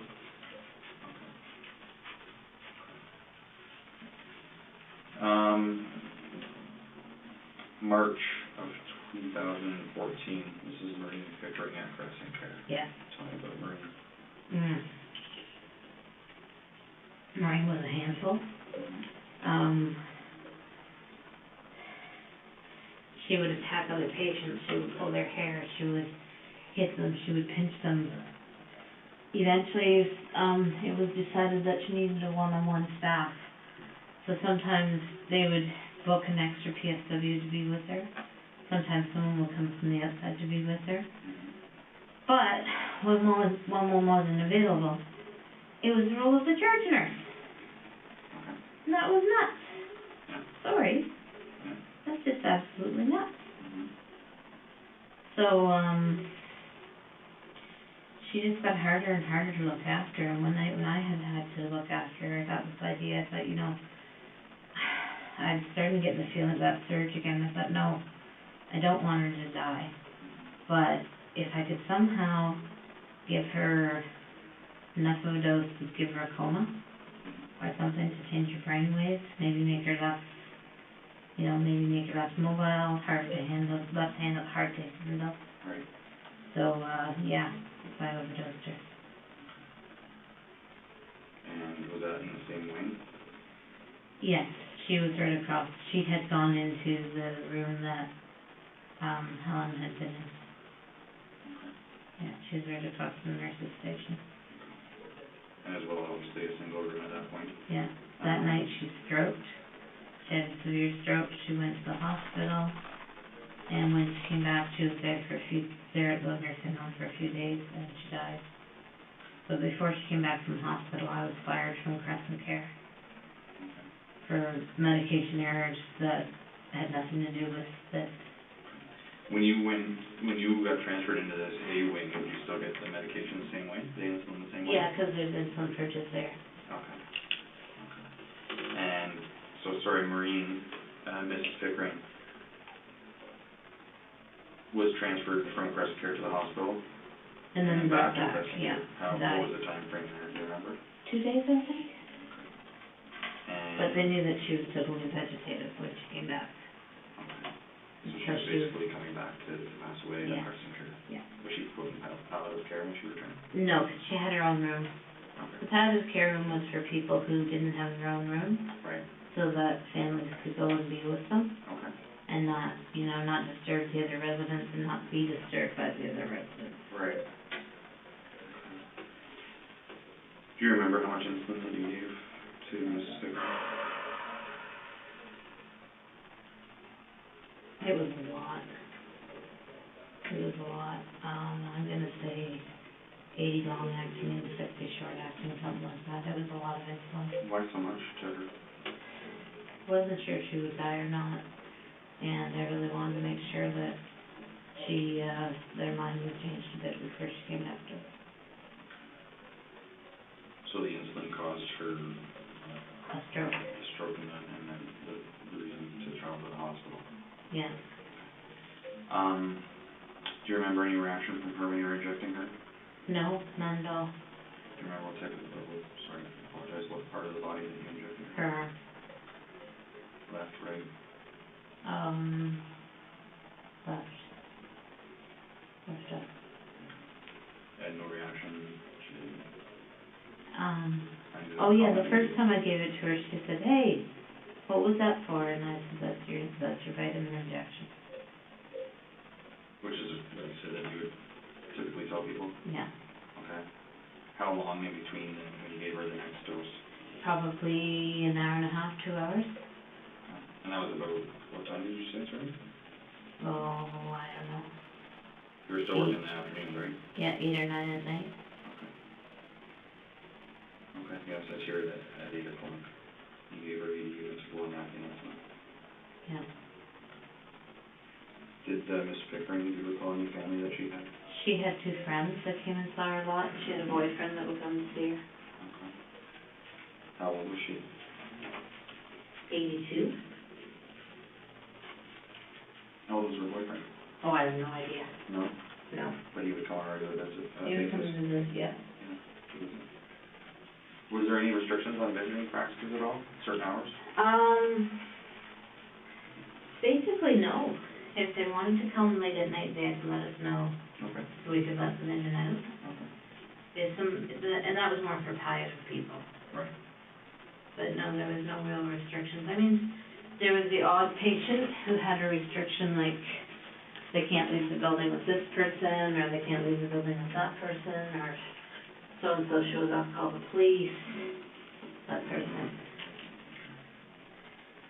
Do you remember if you were present when she passed away? I was not.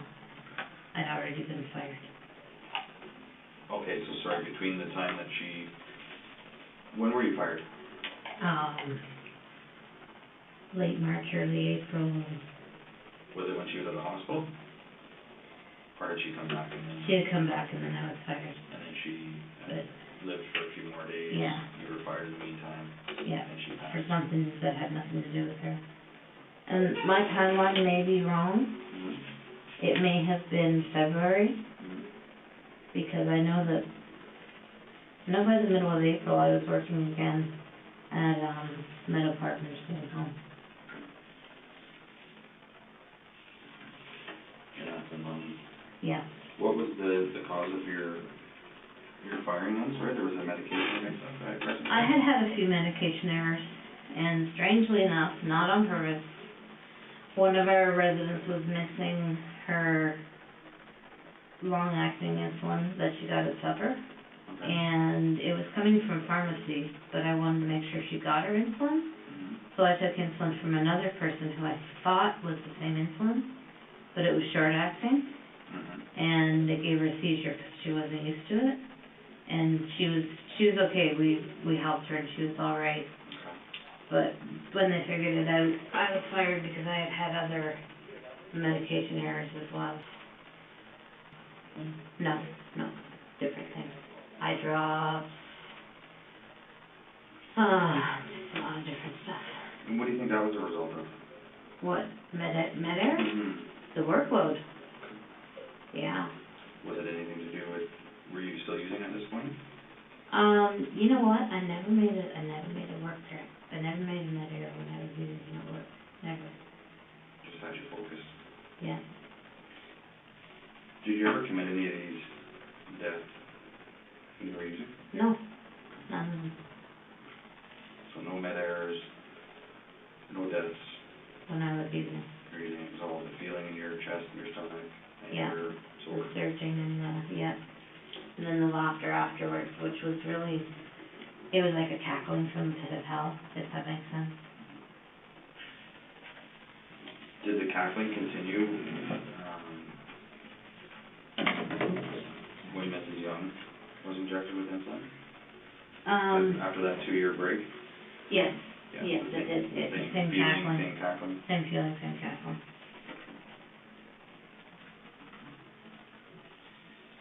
So then did you work anywhere between Crescent Care and Meadow Park? No, Okay, did you go directly from one to the other? pretty much within a month. And would those medication errors be documented in a reference letter, or No, were you made aware of anything like that, that Meadow Park, would be aware of the reason why you were let go I from told Crescent the Care? person that hired me at Meadow Park, she told me she had found my resume somewhere, because I never applied to Meadow Park. Oh, really? But she had found my resume somewhere, and she called me because they needed a nurse. Oh, okay. So when we did our interview, her name was Heather, I forget her last name, she's not there anymore. When we did our interview, she said to me, "Why did you leave?" And I told her, I said, "I'll be absolutely honest with you. I was fired for med errors." And she said, "Well, tell me about them," and I did. And she said, "Okay, well, I believe in second chances, so you're hired. Full-time afternoons," and it was a 1-year contract. Okay. And how long were you unemployed for then? A month, Just a month? yeah. Okay, and would you commute back and forth, and did you still live in Woodstock at the time? I still lived in Woodstock and I commuted back and forth, For straight afternoons? yeah. What was that? What were the hours for the straight afternoons? Either 6:30, no, sorry, either 2:30 to 10:30 or 3 to 11. Okay. I'm not sure which it was. So when you got to Meadow Park, what was the difference as far as the workflow of the patients that you were responsible for? Were the No numbers similar? difference. It was 32 extremely similar. The only difference was that the, RPNs would do the, if there were dressings that had to be done at night, they'd do the dressings on the people at night that were my people. Okay. But other than that, yeah. And, your supervisor at that point at Meadow Park, was that the same person that hired you, Heather, or? Yeah, Okay. she was the nursing supervisor. Okay, so she'd be her direct supervisor. Yeah.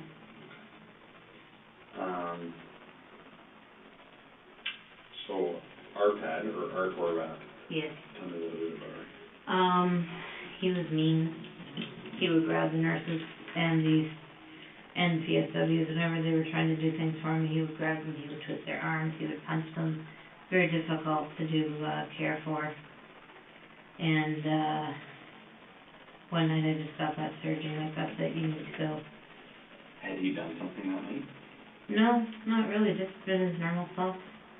And he fought the first needle. And then the second needle I got in. And I forgot something about Maureen. I had given her a dose of whatever we dosed her with to calm her down before I ever gave her the insulin. Forgot about that. So I had done that. So you Is gave that her in there? About Maureen? Yeah. I don't think so.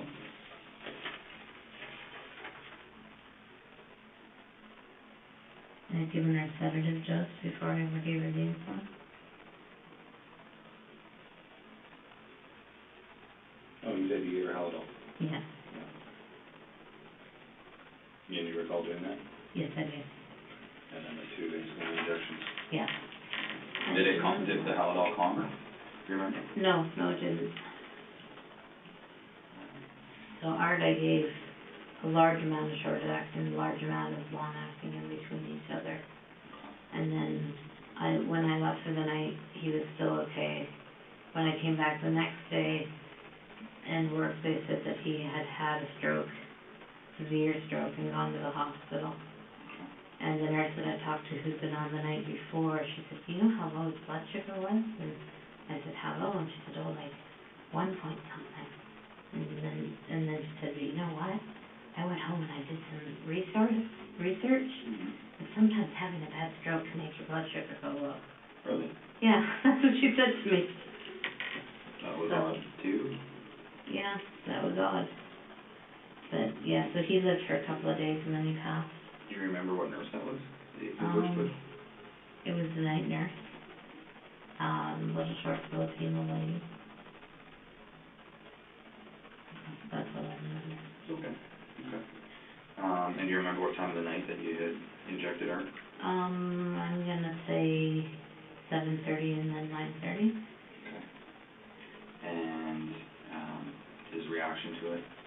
He fought it, Did he? yeah, but he fought everything.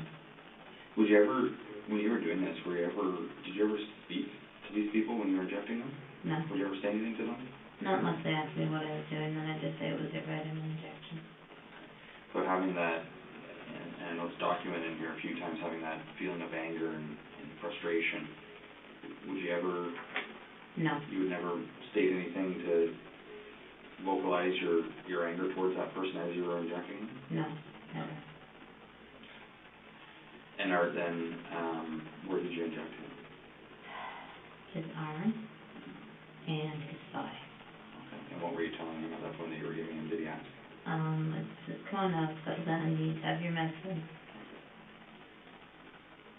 And eventually I put it into him. And was there an immediate reaction to him at all? Did he stroke right away?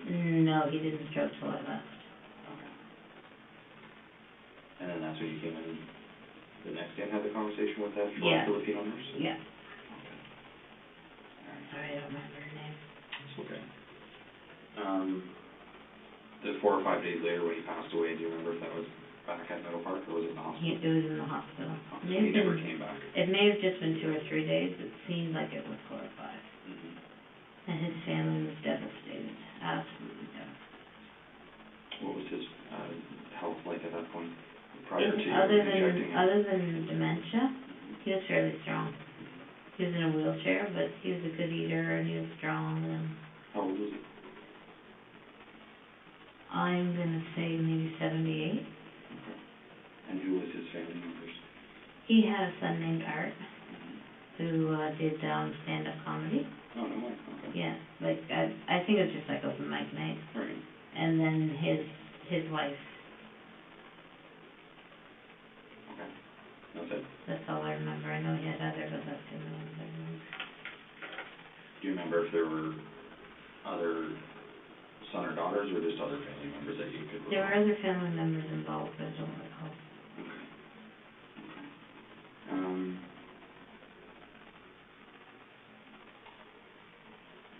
Did you ever have any interaction with his family? I mean, you said they were devastated. When did you learn of that? How did you know Oh, of they that? came in to take stuff out of his room. Following his death? While he was still in the hospital, they Okay. came in to take some stuff, and then when he was gone, they came in to take the rest. Okay.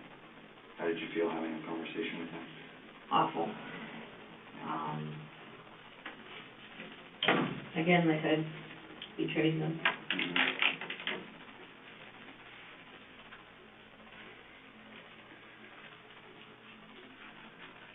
How are you feeling right now? Can I go to the bathroom again? Yeah. Yeah. I know we're almost done. We are. I've got 7:10. Okay.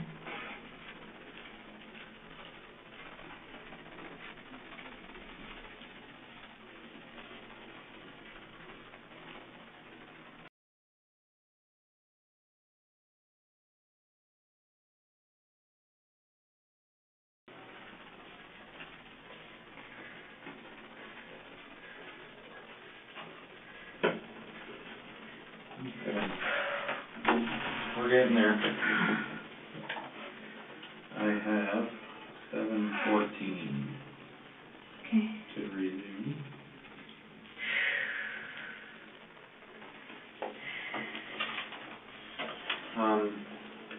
So we left off with Art, Mr. Yeah. Horvath, at Meadow Park Nursing Home. And I don't think we ever covered this off. Meadow Park is in London, right? Yes, I'll be that's talking right. about commuting, right? Okay. All right. Is there anything else you remember about Art at all? Not really. Well, he was a big game hunter. Was he? And he had pictures of it all over the walls in his room. Yeah. Did you ever converse with these people, like what they did for work and that type of thing? Like, would you remember details like that? Like Art, for Well, instance. Art was a big game hunter. Maurice, I don't know. James, I don't know. No, I guess I never really did. Yeah. Okay. All right. And at Meadow Park, where would you get the insulin there? Again, from the medication fridge. Okay. And using a spare insulin and eat needle. And again, it wasn't tracked? Mm-hmm. Okay. Why is that? I don't know. Insulin's not something that's usually tracked. Right. And just because it's not a concern to the homes. Yeah. I mean, I think it is now. I know some homes track it now. Mm-hmm. Okay.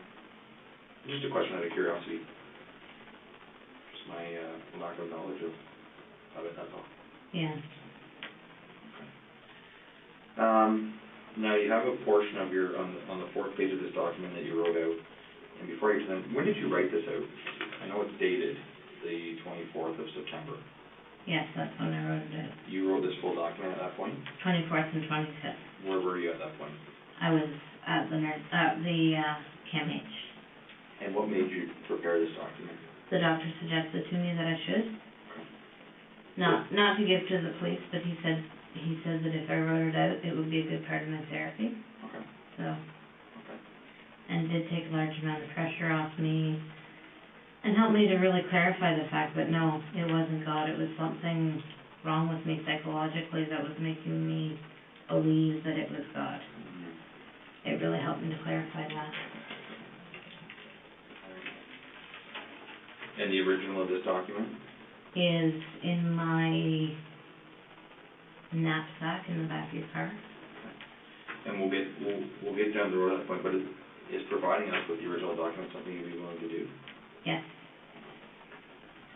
And we'll get to that. Do you have a stamp that you can stamp it as the original? I don't even think we'll need to do that. We'll have you sign a consent form, but we'll get to that. Okay. Only if you're willing, of course. You have a portion on the fourth page here, and it's titled "People Who Didn't Die." Mhm. What can you tell me about? Okay, Clotilde Adriano. Okay. She was the first person I ever gave extra insulin to. Okay. I think I gave her 40, and I just, again, there was that surging, but it wasn't so much that I wanted her to die, it was more let's see what happens. And I did that to her on more than one occasion. Okay. Albino was... And sorry, she was prior to Mr. Silcox, right? Yes. So this was the very first person that you Yes. injected with insulin? Yes. Okay, and we're at Crescent Care? At Crescent Care. And her room was where? Her room was in the east wing, second door on the left. Okay. Then east wing, first door on the left was her sister Albina. She was diabetic. Okay. She was October 2007. Sorry, that was her sister? Clotilde and Albina were sisters, yes. Oh, okay. Then there was Wayne. He was on the north wing. He had dementia. He was diabetic. He could be uncooperative. And I gave him a large overdose. Because I thought it was his turn to go. That was Wayne? That was Wayne. And sorry, how old was, sorry, and I hate to go back, I just have a few more questions. How old was Clotilde? Clotilde was 90 or so. Okay, and her sister? Albina was probably 82. And did they have family that would come and visit? Yes, yes, All right. very much so. Who would that be that would come to visit? Clotilde, I think it was her daughters, and Albina was her husband. Okay. And long-acting, short-acting?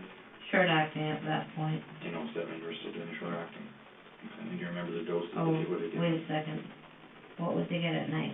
It was long-acting, because it was what they got at night. With those two, it was their own insulin, just extra dose, so Okay. probably 30 to 40 Right. extra. And then Wayne, how old was Wayne, sorry? I'd say 60. Okay, oh, so he was younger. He had developmental challenges, as well as dementia, as well as being diabetic, as well as being a handful. And he wanted to die, so again, that one night I just felt that surging, but he didn't die. I think How would you know he wanted to die? He would say it sometimes, that he just wanted to go. Mm-hmm. Where was Wayne in the Crescent Care? He was in room 8, which is the men's ward down at the end. So 8 or A? 8. The number? 8 north. 8 north. Alright, and would that be roommates in there as well? Yes. Do you know who he was roomed with? No. Alright, and Mike with Huntington's disease? That was 2009. What is that disease? it robs you of your body and you still have your mind. You get progressively more agitated, you get progressively more, psychotic, and you're in a wheelchair and you've got all these movements that you can't control. It's a horrible disease. And how old was Mike? He was 54, and, again, one night I just felt that surging and I thought, now this must be God because this man is not enjoying his life at all. So I gave him a large amount of insulin. I think I gave him 90 total. Did he ever do anything to harm you? No, never. Did Wayne? No, Albina? no, Wettlaufer? no. This takes us to a different location, Telfer Place in Paris. That's obviously Paris, Ontario, correct? Yeah, Outside of Brantford, Woodstock area. 2016 winter. Okay, and that was Sandra? Yeah, and How I old was, was Sandra? Sandra, I think she was in her 70s. Okay. And Telfer Place, what was the breakup of the rooms there? Where was she located within Telfer Place? She was down the wing, straight down from the, nurse's desk, about 2 doors on the left. Okay. And she had 3 roommates. Okay. And she described her a little bit of personality in her Tall, not very well. She didn't walk anymore. She had a good sense of humor. She often said she didn't want to be there. And so one night I gave her an insulin overdose. But she survived because the nurse that came on next went to check on her to do something else and noticed that she was sweaty and took her blood sugar and saved her life. Okay. And how did these other people survive? It just didn't. Oh, Clotilda and Albina, they found them to have they found them to have low blood sugar and they gave them stuff to raise it. And Wayne and Mike, they just survived. It was never found out.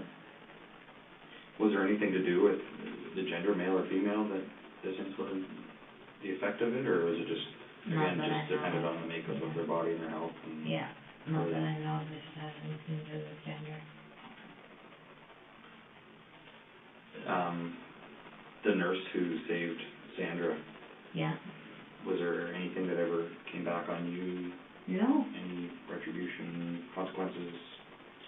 No, she never figured it out that I know of.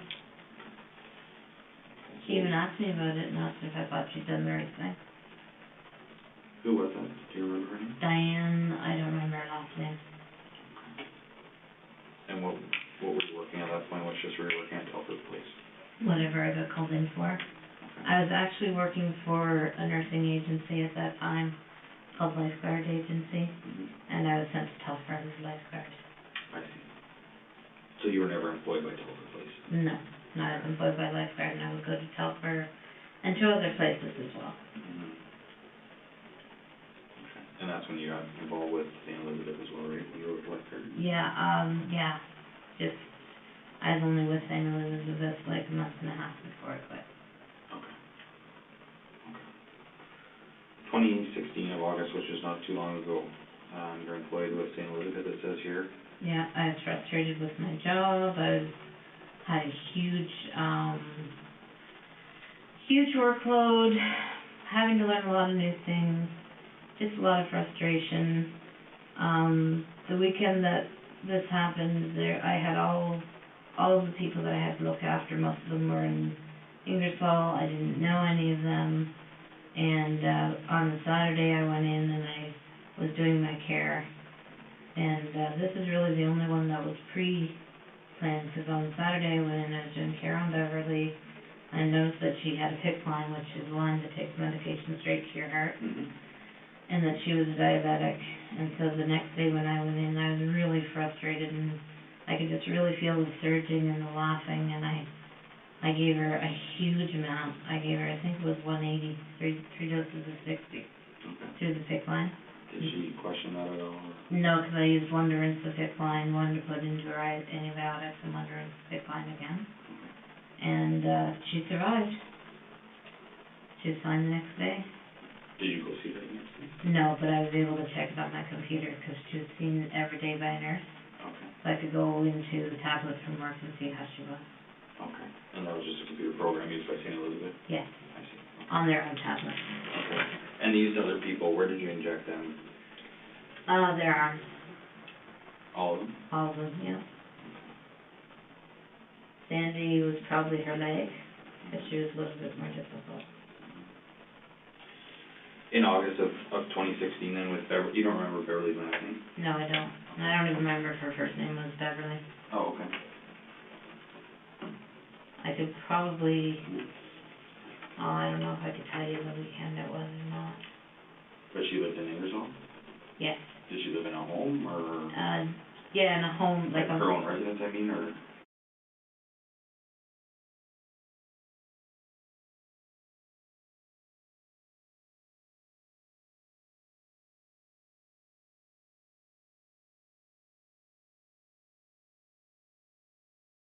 Do you remember where in Ingersoll it was? No, I don't. No. How come you have the name Beverly, but you're not sure what her name is? Because I'm not sure if it was Bev or B or. I gotcha, okay. Okay, and that was the only one that you had given through the PICC line? Yes.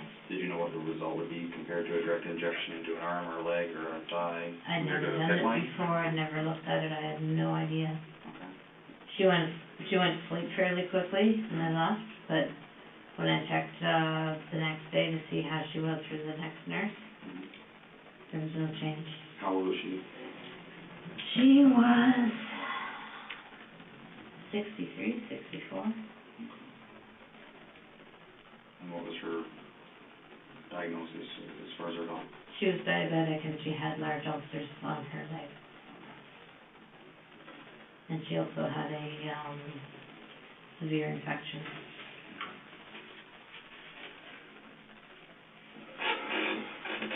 How does that make you feel going through all that? Awful.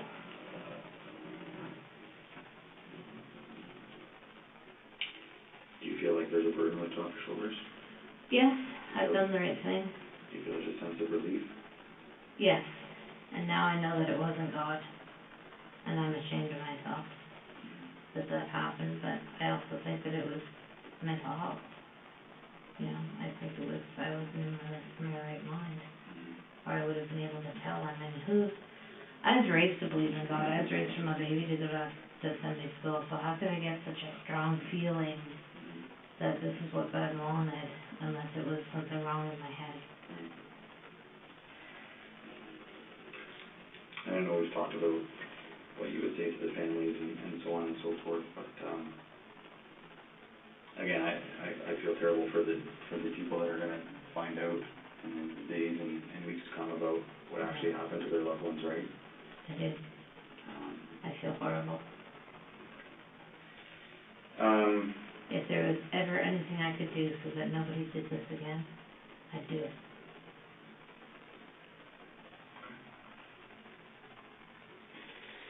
Just a few other things to cover off then, Beth.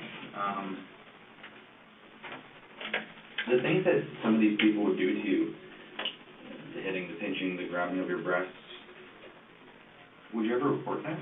Yeah, but yeah, it was always reported and charged on. And that's documented on their charts? Yes. Okay. And was there any, there's obviously never, not obviously, but was there ever any charges or criminal matters that came of any of this at all? No. That's part of working in the nursing home, that's just what they do. Might even be your fault, dear. Yeah, you said that. Mrs. Conbeck. Yeah. Do you think that might have played a role in your actions? No.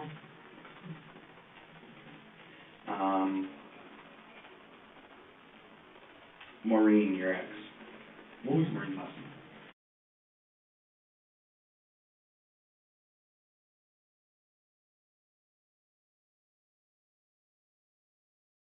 When was the last time you talked to her? Think about, 4 years ago when she wanted money to move back? Oh, We were only together for a year. okay. So she came here from, Yeah, and brought her 2 kids. okay. The teenage kids? Yeah. I think you mentioned that in your Toronto statement. Yeah, we got involved with CES with them. Mhm. When they were here. Mm-hmm. Have you, this document that you prepared, Beth, and I know that you had stated the reason why, I guess we call it the breaking point of why you stopped, Yeah, was the possibility that you were gonna have to be dealing with kids, yes, that's right, right? yes. Is there anyone else within your career path that isn't listed on these 4 documents, or these 4 pieces of paper, that you'd be responsible for their deaths? No, absolutely not. And if we were to tell you that we've come across some fairly significant or suspicious deaths at other nursing homes, Where it's in, right, what would you say to that? I'd say it wasn't me. So there's no one else involved No, that fell victim to your actions? no.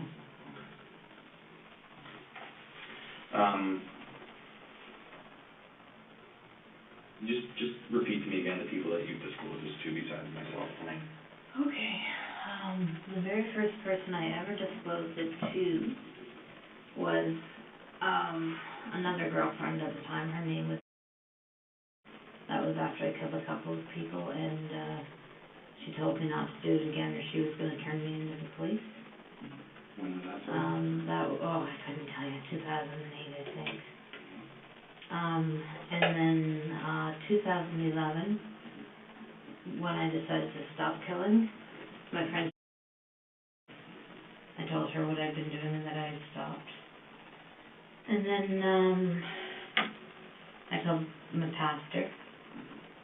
And then after that, I told in 2014, after Art passed away, I went on a holiday, and that's when I really decided that this had to stop. And so I told a friend who lives in BC. Then I told, when I came back, I got advice from a lawyer. And then while I was in CAMH, well, I told my friend, before I ever went, I told my cousin, I told my friend, and I told my friend, and then while I was in CAMH, I told someone who I thought was a friend. They turned around and called the police to make sure that it had really been dealt with. And I understand that he thought he was doing the right thing. I understand that, but he had said, oh, I won't tell anybody, and I was using him as a resource for support, and he turned around and, Right. when I'd already, I'd already shared it, so why would he call the police? So why do you think that none of these people confronted police? Maybe they didn't believe me, I don't know. Maybe they thought I was doing more something than the patient wanted done, And as far as believing you, are these close people to you that you've shared other deep, dark secrets with maybe over time? I would say deep dark secrets with lots of stuff, yeah. Because this is a pretty serious thing. Yes, it is. Right. It's horrible. And telling It's the worst thing. these people, I just find it hard to believe that no one would come forward until, which is 5, 6 people down the road, right? Yeah. Of having knowledge of it. Yeah, I hear you. Yeah. And everything that you're telling us is the truth. Yes, it is. There's Yes, sir. nothing that's been fabricated. No, sir. No. And you're sure about that? I know so. What would we find in your home? Did you ever document any of this activity at all? Once in a while I journaled on it. There might be some in my home, but I don't know. Where would I those think be? I threw it out. If it's around, it would be in like a spiral binder in either my desk, my other desk, or my whatchamacallit. Come on. You put files, folders in In there. a filing cabinet? Yes, filing cabinet, thank you. You're welcome. Yeah. And that's, do you live alone? Yes, I do. And stuff? Okay. Yes. Did you want someone to come with me and look? Well, to be honest with you, as part of the investigation, there's already been a search warrant executed at your house. Oh, so the search is already, there's already been a I search don't know warrant? what stage it's at, because we've been conversing for quite some time. Okay. It's probably close to being completed, Okay, but I'm just asking, because you've been so cooperative, yeah, and again, I do appreciate that, yeah, I really do. It just makes things a lot easier, right? Advising us where certain things might be, and you said you might have thrown them out, yeah. you might not have. I might not have kept them. And then at the very end of my coffee table, there's a box, and it's got pictures and a photo of them in it. There might be something in there too. What would be in there? A curlicue, writing pad. Okay. What types of things would you document? Just what I had done, how bad I felt, when it happened, just trying to figure out what was going on in my head. Yeah. Searching for answers. Yeah. But you're not sure if you have rid of those or not yet? I thought I got rid of them all, but I don't know if I did for sure. Okay. Would there be anything else as far as computer documents or anything like that? There would be, I accessed a computer support group for borderline personality disorder. It would be on that website. Oh, it's just an open forum that you could join and, Yeah. and post comments and, Yeah. what website was that? I couldn't tell you, but I could find it on my computer. Okay. And would that be something that you'd be willing to share with us? Of course. And give us consent to Yeah. look at those documents and computer websites and whatnot? Yeah. What's your tattoo mean? Hopes and dreams. What does that mean to you? That I have hopes for the future and dreams of the future. Yeah. What are your hopes of the future now, after speaking to me over the last few hours? That somehow, some way I can help somebody.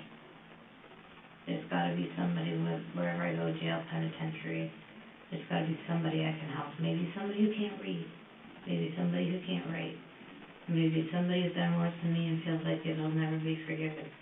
Maybe somebody who's done less than me and feels like it'll never be forgiven. There's gotta be something that can come from this. Maybe somebody can study me and come up with answers and new medications so this doesn't happen again. That's my hopes and dreams now. Is there anything worse than taking someone else's life? Yes. Child molestation. Absolutely. Did you feel that you might harm the children and yourself if you were to work with them? I was afraid that I might get that feeling of wanting to give them insulin overdoses, especially since they were diabetic. And I panicked. There was no way. I was absolutely not open to that.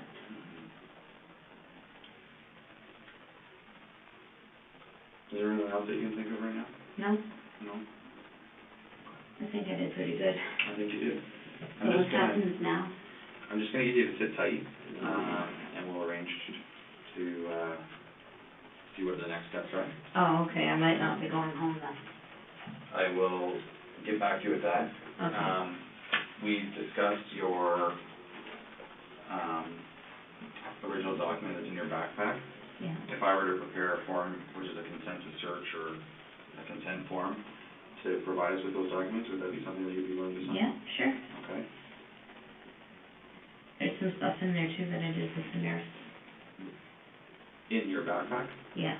Okay. What kind of things are those? Like, it's called a chain link thing, so you start at what you did and you go backwards to how you're feeling, what you could have done different and all that. Okay. Do you feel that your time at CAMH helped you? Yes, very much so. You received the care that you thought you needed? Yeah, and an increase in medication, which I feel I needed. Yeah. All right, sit tight for a few moments, Okay. and I'll be back to you shortly, okay? Again, on my phone, I got 7:39 Okay. p.m. And let me get back to you with some answers and Okay. where we're going from here, okay? I'd like to go home. Okay. We'll sit tight and we'll see what's You going to don't happen. have to wear an ankle bracelet. I'd like to go home. Okay. All right, thank you, Beth. Thank you. Appreciate it. Thank you. Thank you. Can someone cut these off with me now? Yeah, we'll get something to get those off, right? Thank you. Yep, I'll be right back. Thanks.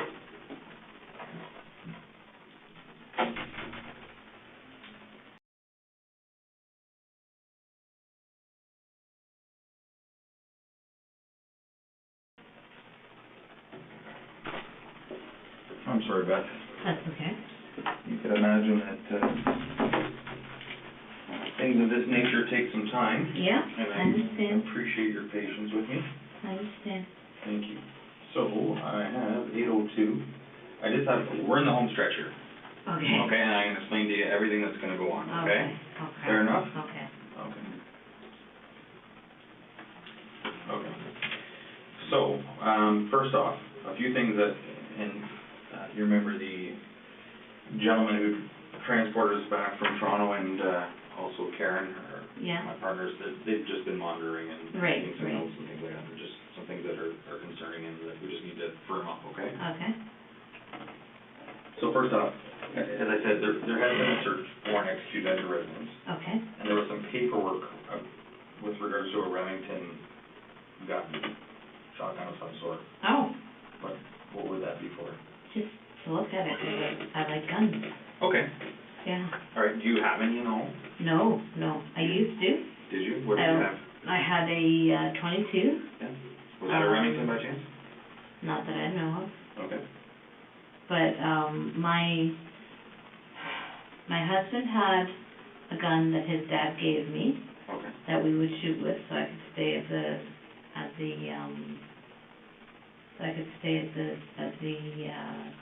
gun club and shoot. Mhm.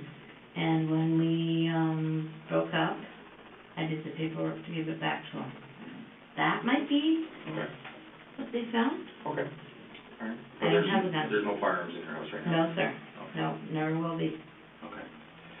All right.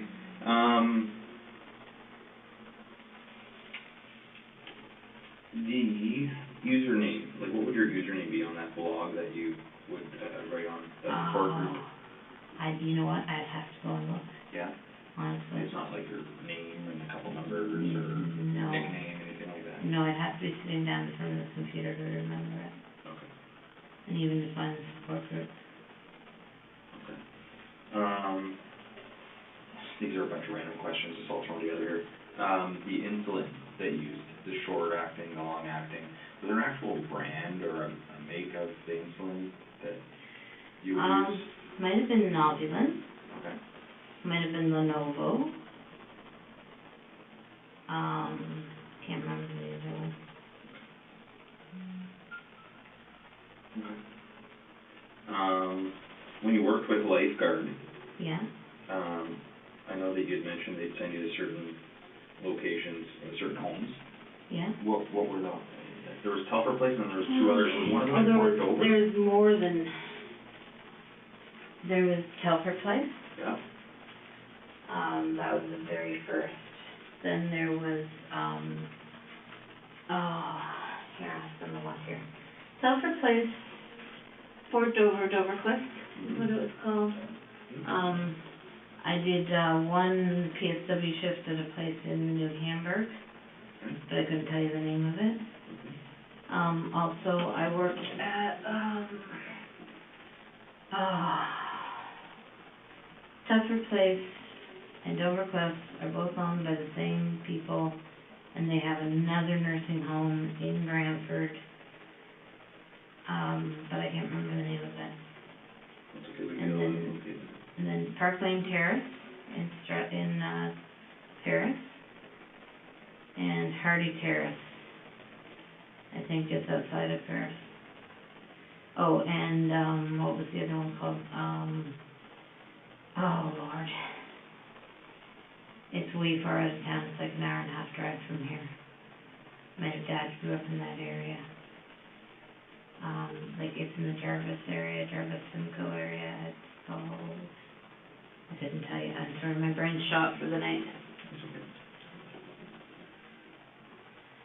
That's about it?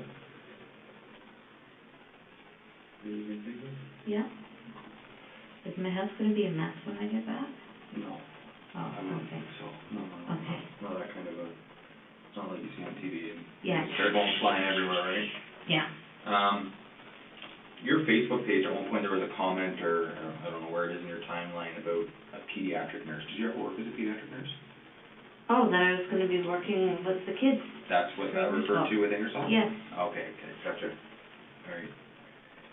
All right, and just go back through the names of people here. So we've got, that you've divulged us to, right? Yeah. That's your cousin? That's my cousin. Okay. I'm not giving her last name. Yep, that's fine. Yeah.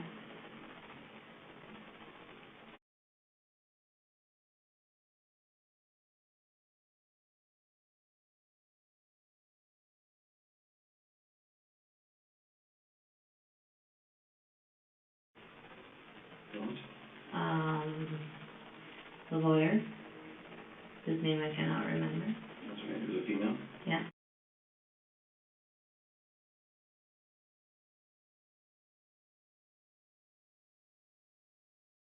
Yeah.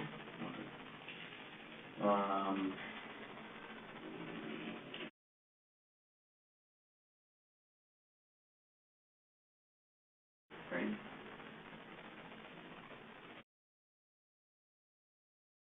Yeah. Who's that? She was a friend from the nursing home. What one? From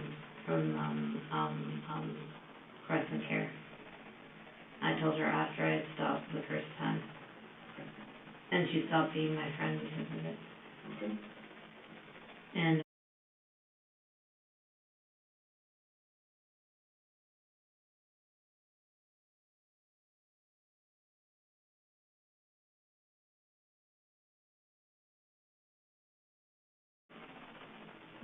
Where does she work? she doesn't. She's on ODST. Did she work at a nursing home with you? No, never. Just a friend? Yeah. Do you know where she lives in town? She lives in Toronto.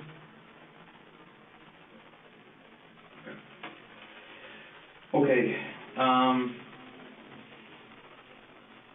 we're gonna wrap things up, but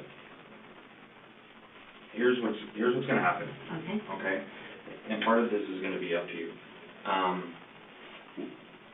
What are your plans going forward from here? If you Going were to- forward from here, I want to go home. Okay, I want to have a good night's sleep.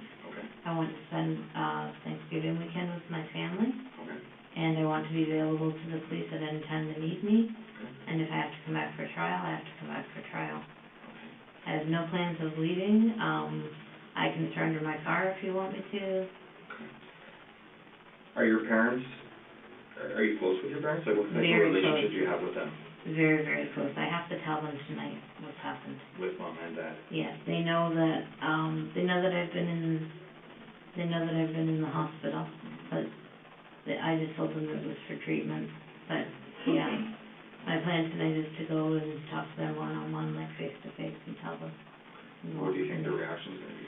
They're gonna be devastated. What do you I'm think? gonna plan on staying the night there, so they have access to me. Okay. What type of support do you think you're gonna get from them? Eventually, all the support I need. I also plan to go to my AA groups. I had planned on doing 90 meetings in 90 days. And, just keep up with, like I plan to, see, one of the things that happens with me is I isolate and then I start to not do well. So I plan to, do the Thanksgiving thing, keep up with my friends, clean my apartment, tell my parents. Those are my plans. I have no plans to leave town. I've done this and I'm ready to face it, but I would love to go home for a night. I think that's gonna happen. Bless you. Okay, I think that's gonna happen. As I said at the very, very beginning of this, whatever time we started ago, hours ago, you're not under arrest right now, Okay. okay? But as you can imagine, okay,